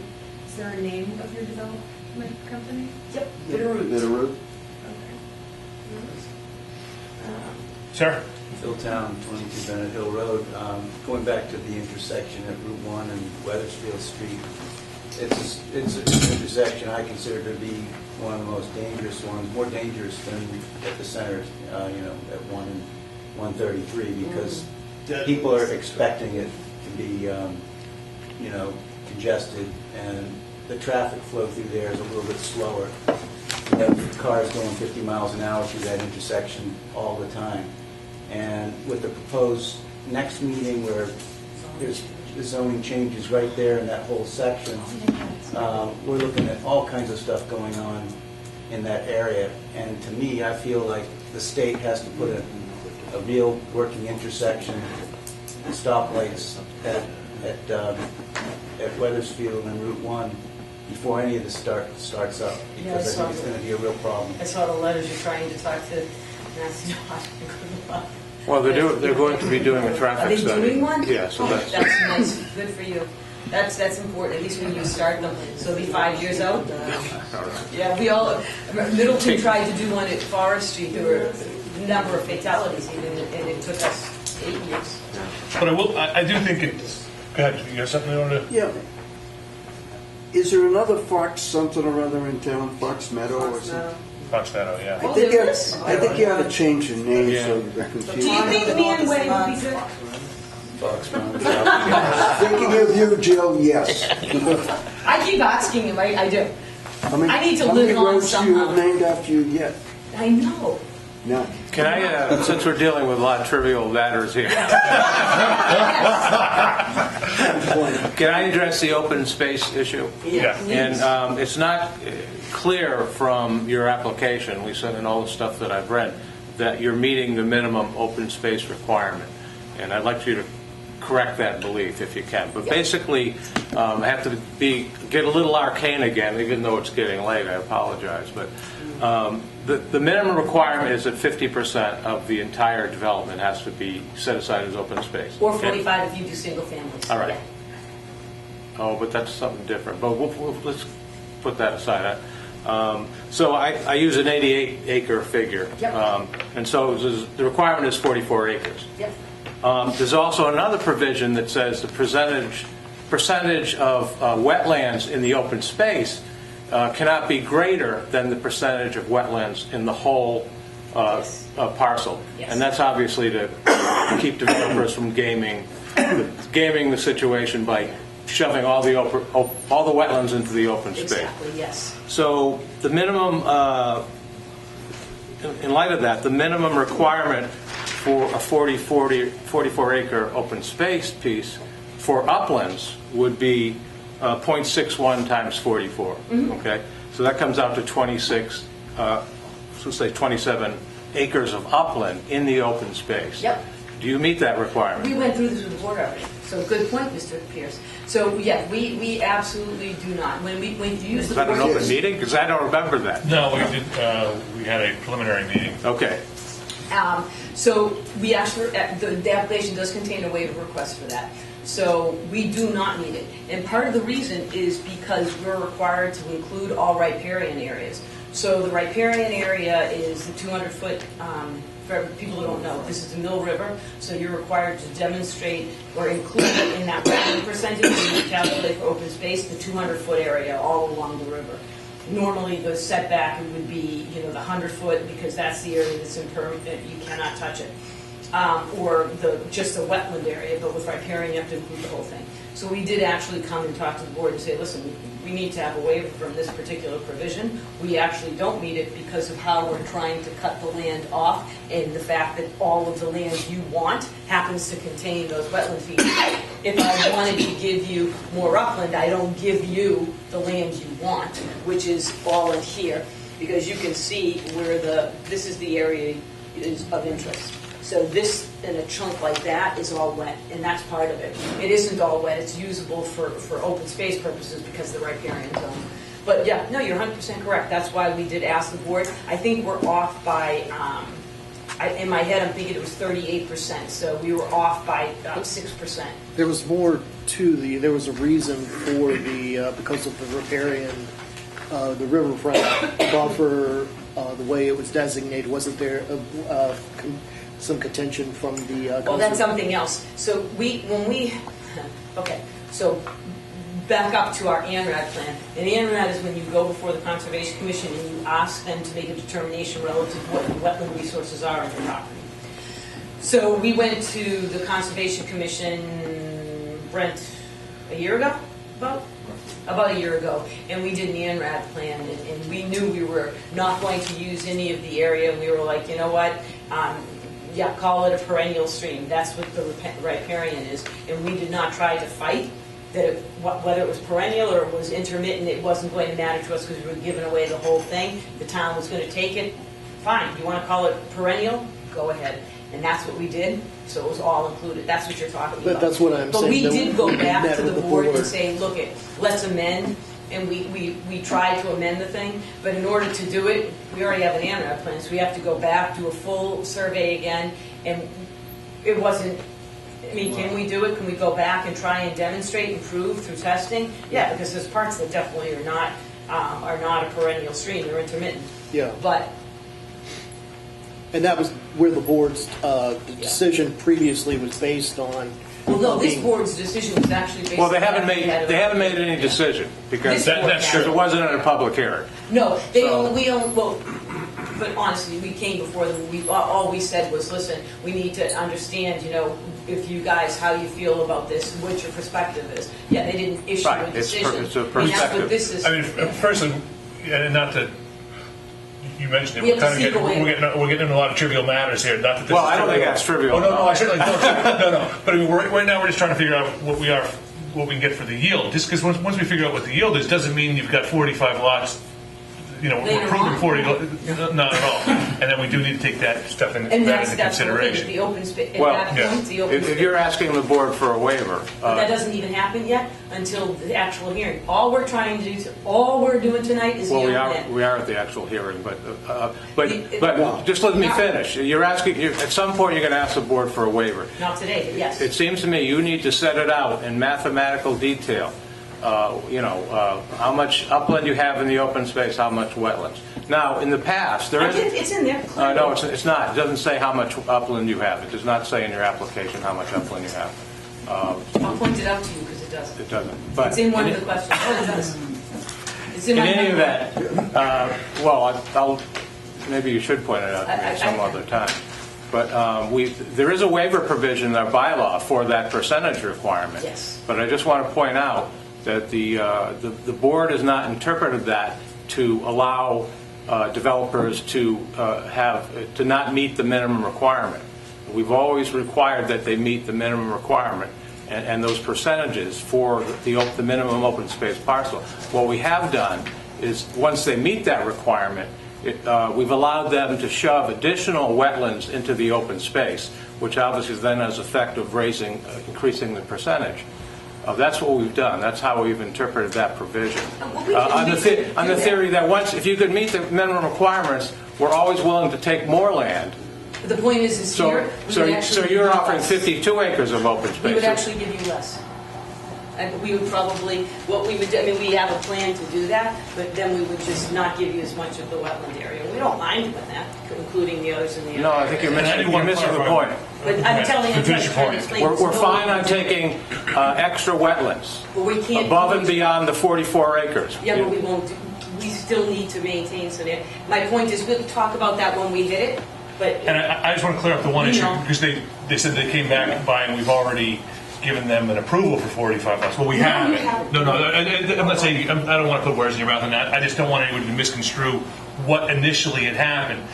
The developer did come in and say, listen, we're considering this. Would you consider a grant of this type of asset to the town a significant benefit that would open you up to considering waivers of certain other aspects of our bylaws? And we, for lots of reasons, including the endorsement of the Conservation Commission, said, yeah, this is an important piece of land that we'd like to try to protect. So, please proceed with our, encouragement to do it, and so long as what you propose is consistent with all those objectives, we'll work with you because we think that land is worth protecting. And that's why we requested the waiver. We most certainly know we did not get it yet. We know that for a fact. But so nothing, but that being said, the town does think that this is a project worth trying to work with the developer to accomplish, because we end up with a tremendous open space resource. Yeah, I'm all in favor of working with the developer and trying to come up with a sensible decision, but the open space requirement, which is separate issue from the yield requirement, that goes to the integrity of the OSRD form of development. And if we start allowing granting waivers of that requirement, it's a slippery slope, and pretty soon this form of development is going to be misused. Again, they're going to be on paper giving us the right amount of open space, but it's going to be unbuildable open space, or most of it will be. So we have to be very careful about that, in my opinion. But it's the riparian, so this is a totally different type of wetland. It is very, very different. Well, our regulation, our bylaw it determines primary conservation areas. Oh, I know. Which is defined. Excuse me. Which is defined to include the wetlands and the riverfront area. Absolutely. So. But it does not. I agree. There may be some wiggle room in riverfront area, because as someone pointed out, it's not exactly a no-bill zone. So I think there's flexibility on that. But that's a determination the board has to make in a public hearing at some point in this process. And it has to know how many acres of upland are in the open space. You can't grant a waiver without knowing that. Right. But let's get back to what we're here for tonight. Mr. Cohen? Yes. Can I just verify that what's the boundary of the actual whole area? Is it that? This literally is it. Do you see this? Yeah. It actually is bordered by the river. Yeah. It comes from this, it's bordered by the river, comes around, that's the entire area. Well. So those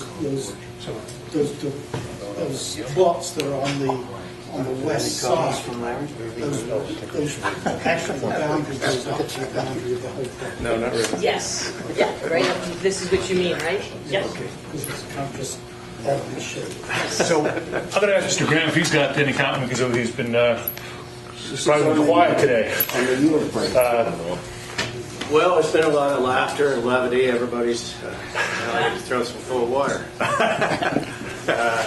Because Jill has explained what was in my letter quite well. I still have, I would say, 3 items with respect to their application and this yield plan that I would not recommend to the board for acceptance. And first and easiest is your 5-sheet preliminary plan, which is a piece together, this and that, 2 or 3 sheets from Donahoe, a couple from ASP. It's not a preliminary plan, which should be the beginning of a project of this size and importance to the town. So that's an easy one. Number 2, the soils for lots 12, 13, 14, and 45. You hit on it. I know you got a letter from the Board of Health. The letter from the Board of Health, as far as I'm concerned, is not relevant. I know you got a letter from Mr. Parker. Mr. Parker's letter, the most recent letter, said that the soils were, over those 4 lots, were moderately well drained, and that there were perks on lots 43 and 44, which are adjacent to lot 45, so that's not relevant. If you go back to his 2015 report said a moderately well drained. They were poorly drained. Hydrologic soil group D, and we had silt clay anywhere from 7 to 16 inches below the surface, silt loam in that top layer. And the only perk that was run during that time failed. So I, number 2, cannot recommend to this board the acceptance of those 4 lots until somebody sits me down and proves otherwise. I think that, if you look at the subdivision plans, with all due respect, that it is the jurisdiction of the Board of Health to make that decision, not It is anyone not else. exactly that, because the planning board has a provision in their bylaw that says for a yield plan acceptance that there will be soils tests generally dispersed over the property that proves out the property for that yield plan. It specifically So it's a says- combination of 2. Right, it It's says your this property. evidence shall include a demonstration of suitable soil and groundwater conditions through representative sampling, and testing of the buildable areas of the site by methods approved by the Board of Health, and shall at a minimum consist of 1 determination of soil permeability and 1 observation of maximum groundwater elevation per 2 acres of buildable land, and such tests to be distributed with reasonable uniformity over the site. It was determined by the Board of Health, who has jurisdiction of the subdivision rules and regulations and Massachusetts general laws. They're the ones with the authority to make that determination. We could have tested this whole site. We have no issue doing that, and if people want us to do it, we can. We were asked not to. We had testing results. We demonstrated. The Board of Health signed off. Otherwise, we would have done it, because there's no reason not to. The only reason we didn't is because we were asked not to disturb the soil. We were told by the Board of Health we conformed. We were told by the Board of Health they deemed all of our samplings accessible. And we did do, if you test the number, that number actually equates to 1 per 2. And with respect to the apple orchard that was discussed tonight, as you pointed out, I accepted 3 tests that I got from That Barry. With respect to, I think you have 11 or 12 lots shown in the apple orchard on your yield plan. I accepted that.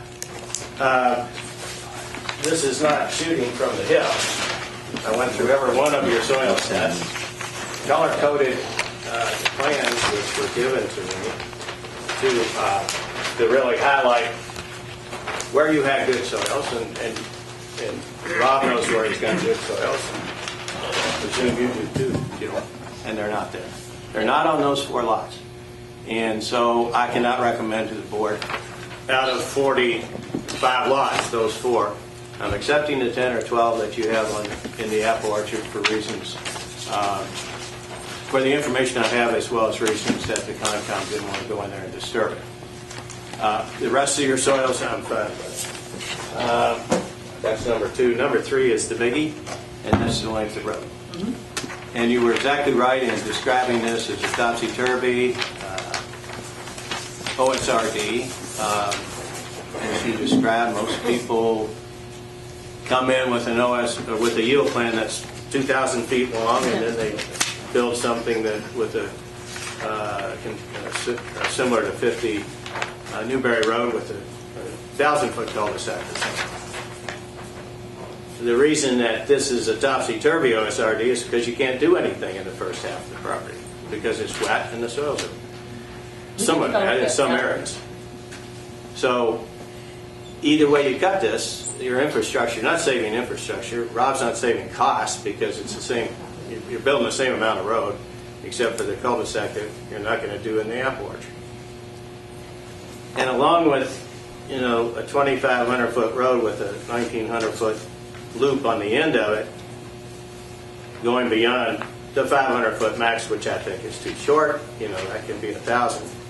But beyond that, you've got 3/4 of a mile of dead-end water main, 3/4 of a mile of dead-end communications and electric. So it's all coming from Weathersfield Street, I suppose, and you've got that extended infrastructure that 40 people are going to be, 45 people are be depending on, or households, that just is not good planning. You stated tonight that the road will be public. that means this planning board is working toward approving a road that will be accepted by the town so that school buses will drive this road, which has to be maintained in the winter. That takes the problem that I saw as a private road of having mothers and fathers drive kids to the intersection. So that takes that away, but still there's, running back in there to pick up kids during the winter could be an issue. But I'm more concerned about it's just not good planning to have roads extended that far. You mentioned a few roads. I've looked at many of them in my review of this application that the board has approved. And you mentioned Pingree Farm. That's got an accessory road that comes out. It's the gravel road that the town uses to get to the well. You could extend over gravel road here too. That's fine. If you guys can put another ingress-egress point here, I'm signing off on this.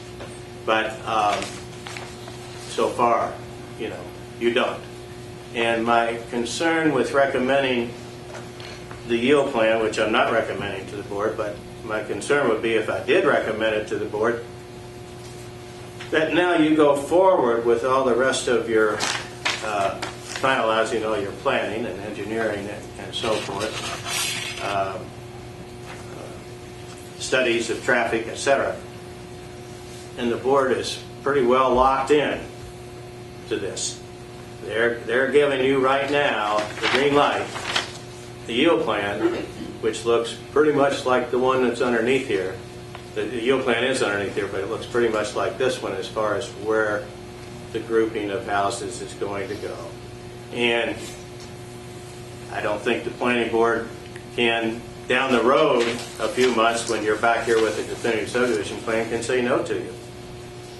So that's why I don't recommend this yield plan. So if I understand, your primary objection to the yield plan is that the soil samples haven't been done to these lots. That's only 4 lots. My primary objection is the road line. But again, if we take a turn at her understanding of the recital of the law, we're not to consider the road length when we consider the yield plan. And we discussed that issue earlier, indicating that we wouldn't even need a waiver from this board to accept the yield plan. But she knows that in the future design and planning, that the road length is going to be a problem. We need a waiver. Big waiver. Right. So, and our engineer is not going to recommend it. I mean, you have to, the reason why everybody thinks waivers are, so cul-de-sac length is obviously, it's a development control protection. I mean, everybody knows what they are. That's what they are. I live in a subdivision with 57 homes, and it's a cul-de-sac that's 3,000 feet long. It's very safe, but I understand. So the issue is, does the town allow it, do they not? Every town is different, and this board has the right when we come through with the subdivision. One of the reasons for doing this is when you do an OSRD, there are so many reasons to allow a waiver or not allow a waiver when you come in. The reason to allow a waiver is you will not get, and it's not a threat, we're not going to pay all this money for these 2 lots, and we have to get by them. I mean, we have to get by those areas. The only way to actually do that is to build a longer road. So there's a consideration. Now that consideration should never impact safety, ever. So if I get a traffic engineer that says to me, that road's not safe, that's a different story. Or if your fire department tells me that road's not safe, that's a different story. But you're not talking about town roads anymore that are 15 feet wide. You're talking about 20-something foot wide roadways. It doesn't even, the length of road cul-de-sac is important and imperative for you to look at to determine if the safety aspects are being compromised. I mean, a rule just for the sake of having a rule, that's why you have a waiver, because you need to look at the additional considerations. So if your fire department, which it did say it, there's no safety concerns, I can get the truck through. Nowadays, you see those ramming trucks, they can get through. So the big concern with subdivision roadways was always what happens if a tree falls. Well, if a tree falls, typically, everybody's seen, we all live in rural communities. You ever see one of those trucks go through the forest? They go through. So it's no longer that same type of concern as long as you have certain aspects of the project that the fire department approves, as long as you have hydrants. Now, as far as the dead-end water, yeah, I mean, we can do some sort of a looping, but you're going to have a dead-end electric. That's not really a big deal for electric companies, as far as I know, because I've done a lot of very large commercial projects with dead-end electric lines, and it's of no import. Water, as long as you have a properly flushed out end of your system, you can maintain the quality and integrity. Again, I live in a very large subdivision. We have a dead-end water. I've never had an issue.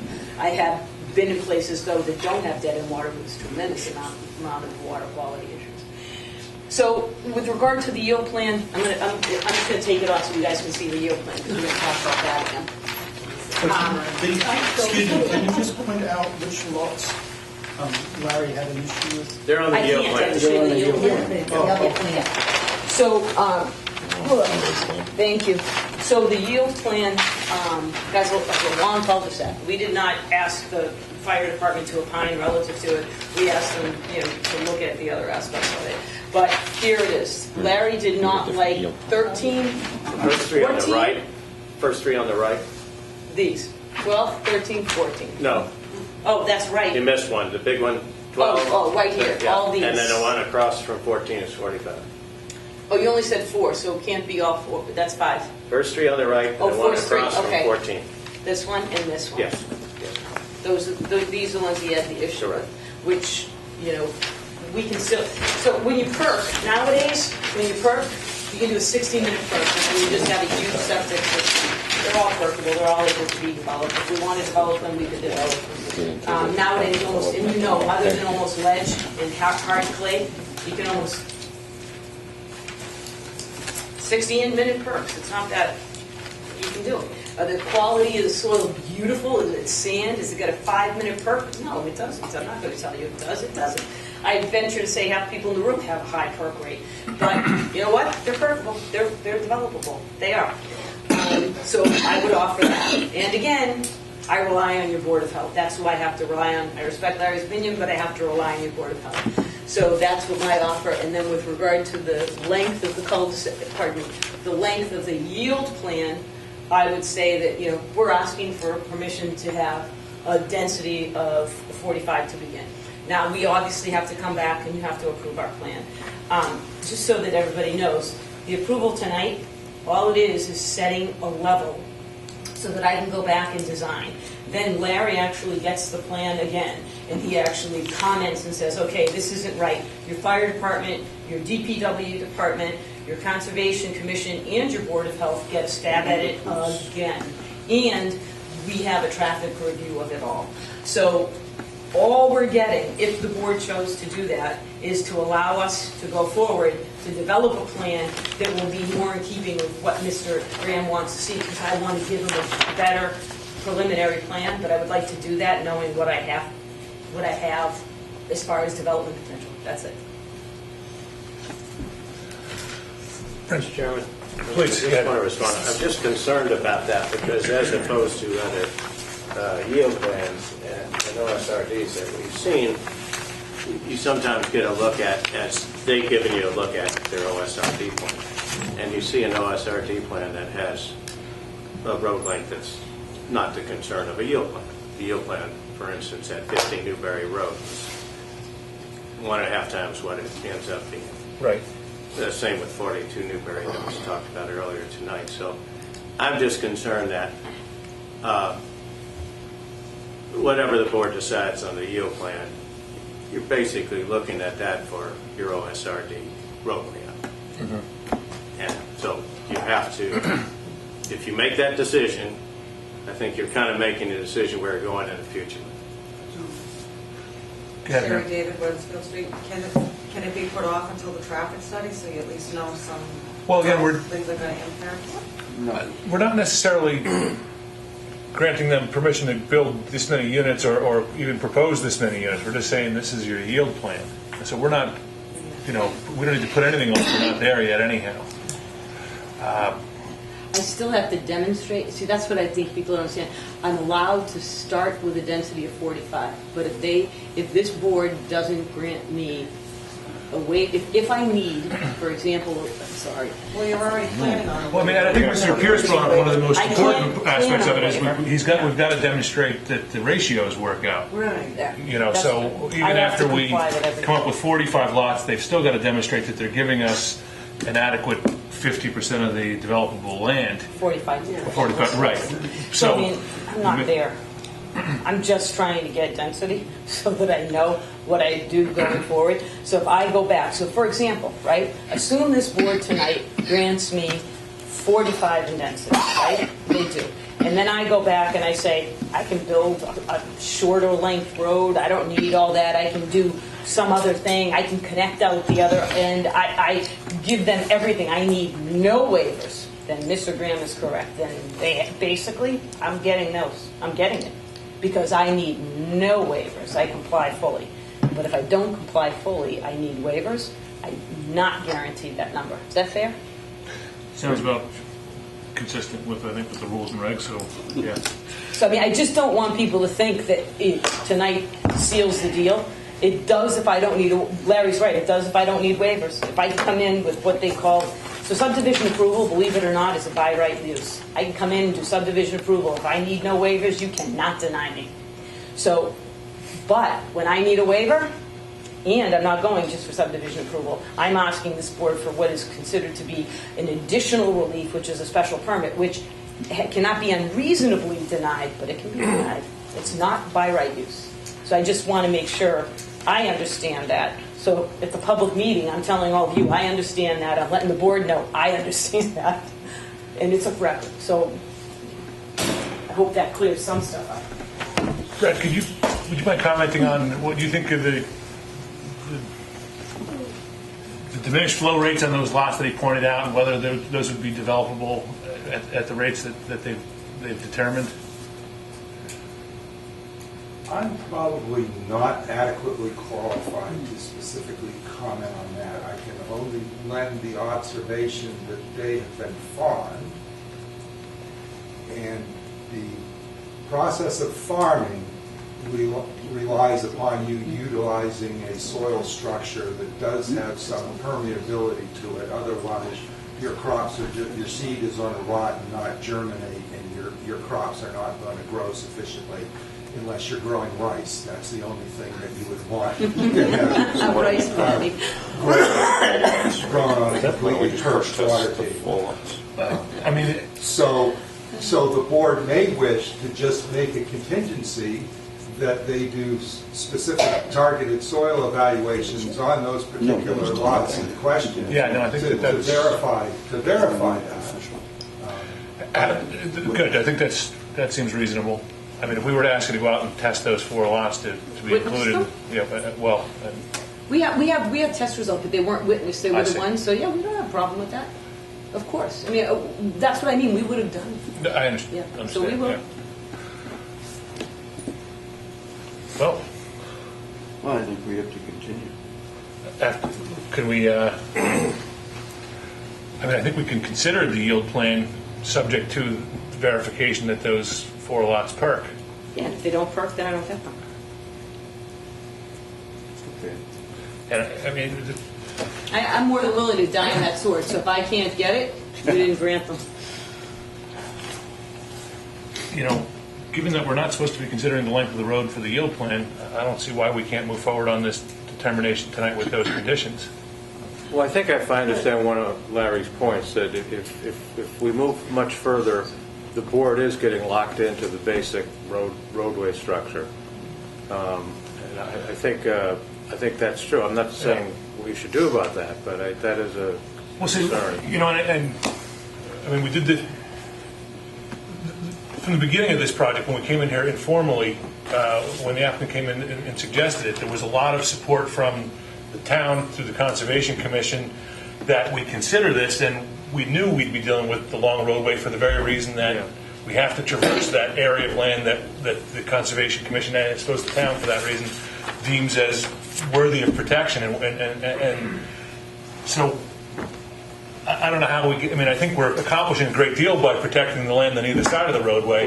Well, that's what I was going to say. I mean, one of the purposes of the OSRD bylaws is to decrease the amount of infrastructure you have to build, but that's not the only purpose. I mean, Sure. the other purpose is set aside open space. So, you know, it's I can assure you, I'm going to look at it's that length of road. Right. If you can provide an emergency access, I mean, that would be I mean, good, it would be some sort of emergency access. thousands of feet away, over like a log road, because we would not clear the area. It would be devastating out there. I mean, there are gravel paths everywhere. You know that, what it's like. After being on both sides of presenting before boards and being on boards, comparing and setting a precedent, I don't believe in that. No. I don't believe precedent happens. I can vote for you, and the next time I can vote against you because I'm just that way. It's not a precedent. So, you know, and it's never truly happened.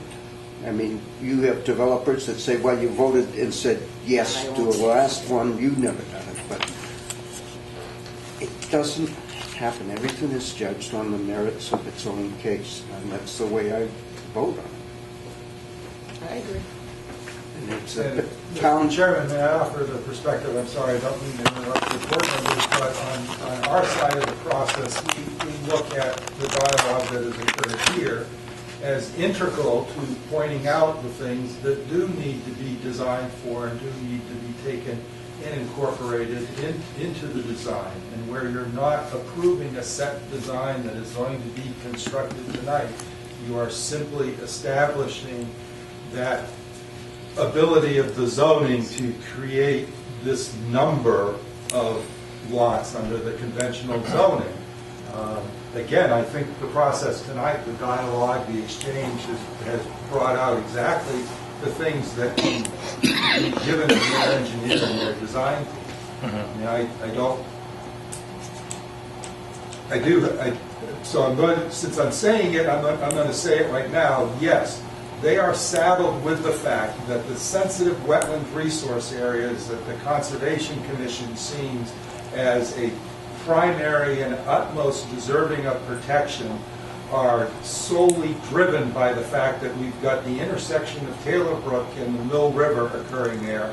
And this applicant is not only proposing to keep most of their development activities out of regulated wetland resource areas, they are also proposing to grant to the town through deed the property identified as the Orchard property, which is strategically located. And I'm just going to talk about a little historical precedent, well, a historical background that folks may not be aware of. And that is, if you fold up the other pen, that go away. Oh, I'm sorry. I gave it, Larry. I'm sorry. I gave it back to you. This one? No, this one is actually good. So folks have probably heard of Smith Lane, which dates from the very early settlement, homesteading of the hamlet of Raleigh, as I like to call it. So this Orchard property has this funny little notch here. And when you go into what is now the YMCA camp, I'll try not to say Girl Scouts, when you go into the YMCA camp, and their buildings, their administrative building is right here, the parking area is actually right along here. They relocated their dirt road because Smith Lane, the historic roadway, actually goes here. It's in on this private parcel, and it still is in existence today. You can walk it, and you can see it.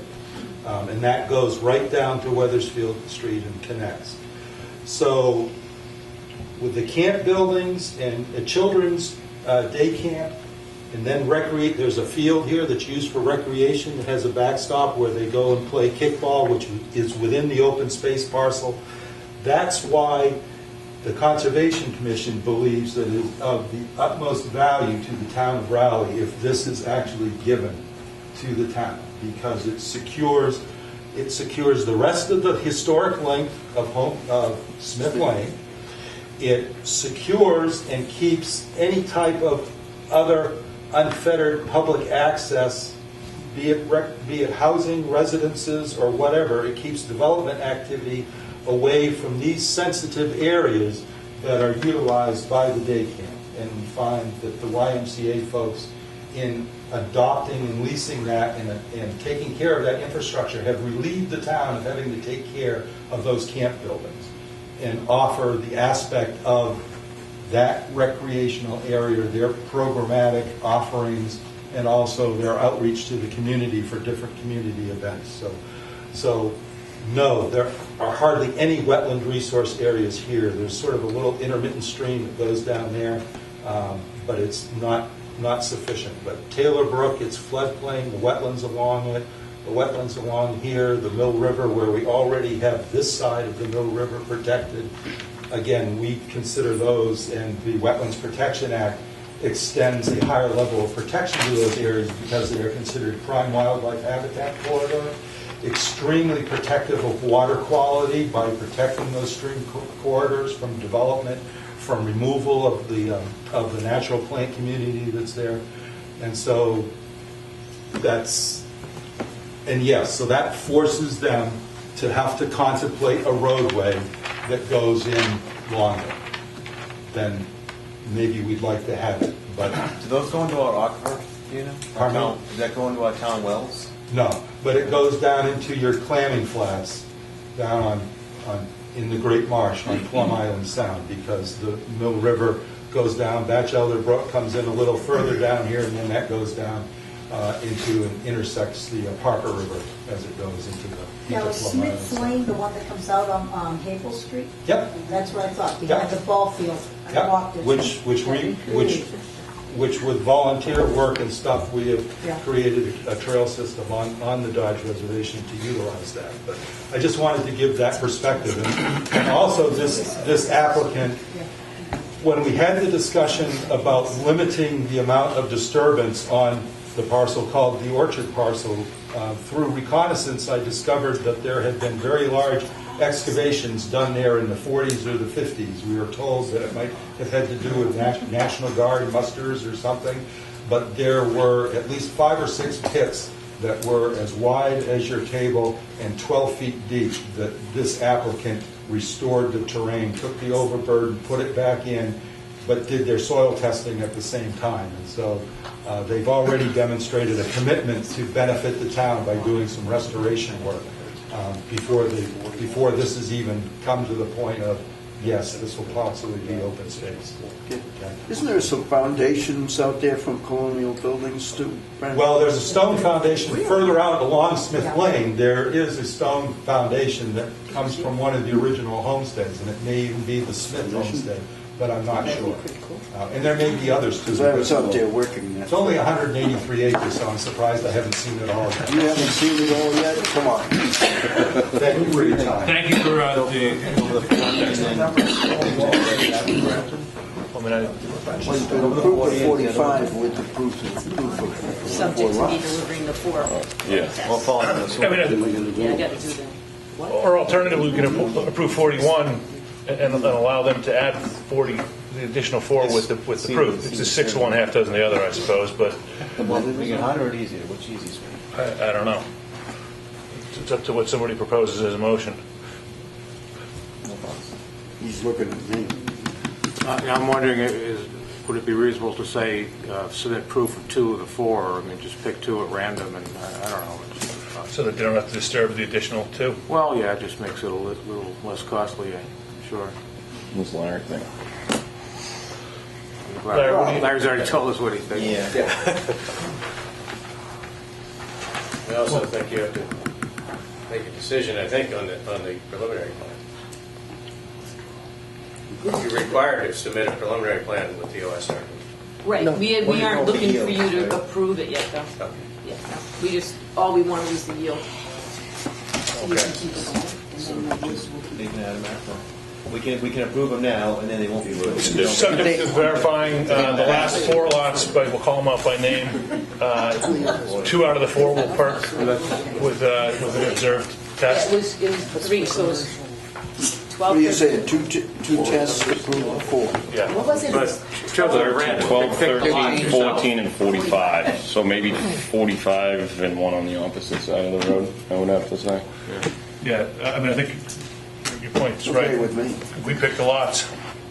Yeah, we'll do 40. Okay, so I'm going to make a motion that we approve, that we determine that the yield count from the applicant's yield plan is 45, subject to the verification of the last 4 via 2 tests, the test specifically to occur on Lot 45 and lot 13, call it, or 12. Either side of proposed roadway. I got you. Okay. Second. All in favor? Aye. And now we just have to continue the hearing again until next month because we don't withdraw that because the OSRD remains open. Oh, we're going to continue. I think What about a site visit? I think you want to wait till we do the revised plan so that I can show them better. I'm willing to Dead of wait. winter, that's the only I'll watch the hurricane. See the snow. Dead of winter, God only knows when dead of winter. It was 11 degrees for Turkey Day morning. But I hope it's not the dead of winter. It's perfect. 50 Blueberry Road. You know. It's a warm Monday. So we're just going to put a motion to continue the hearing I make a motion to continue the hearing. to the Kirk. When's the next regular scheduled? Well, the you okay next- with the next regular Not schedule? December 5th. Yeah, the next regular scheduled is the 12th, but January, We've got December 12th hearing. That's too soon? yeah, that's too soon. No, it's too much happening now. Yeah. Yeah, we have several public hearings. Okay. So January 9th, and just to remind you guys that the possible special town meeting on the 14th, Monday the 14th, which is the Monday after that. That's different than the 9th. I just want you to be I'm aware just going of to that. take these down. All right. So we're up for the 9th. We'll continue this to the 9th. All in favor? Thank you. We're unanimous on the continuance to the 9th. Something through that person's face. Let's do it. That's all right. We To the have 9th? 3 agenda items here, We can punt them till, next meeting. Unless there are some planner updates. No. Make a motion to adjourn the meeting.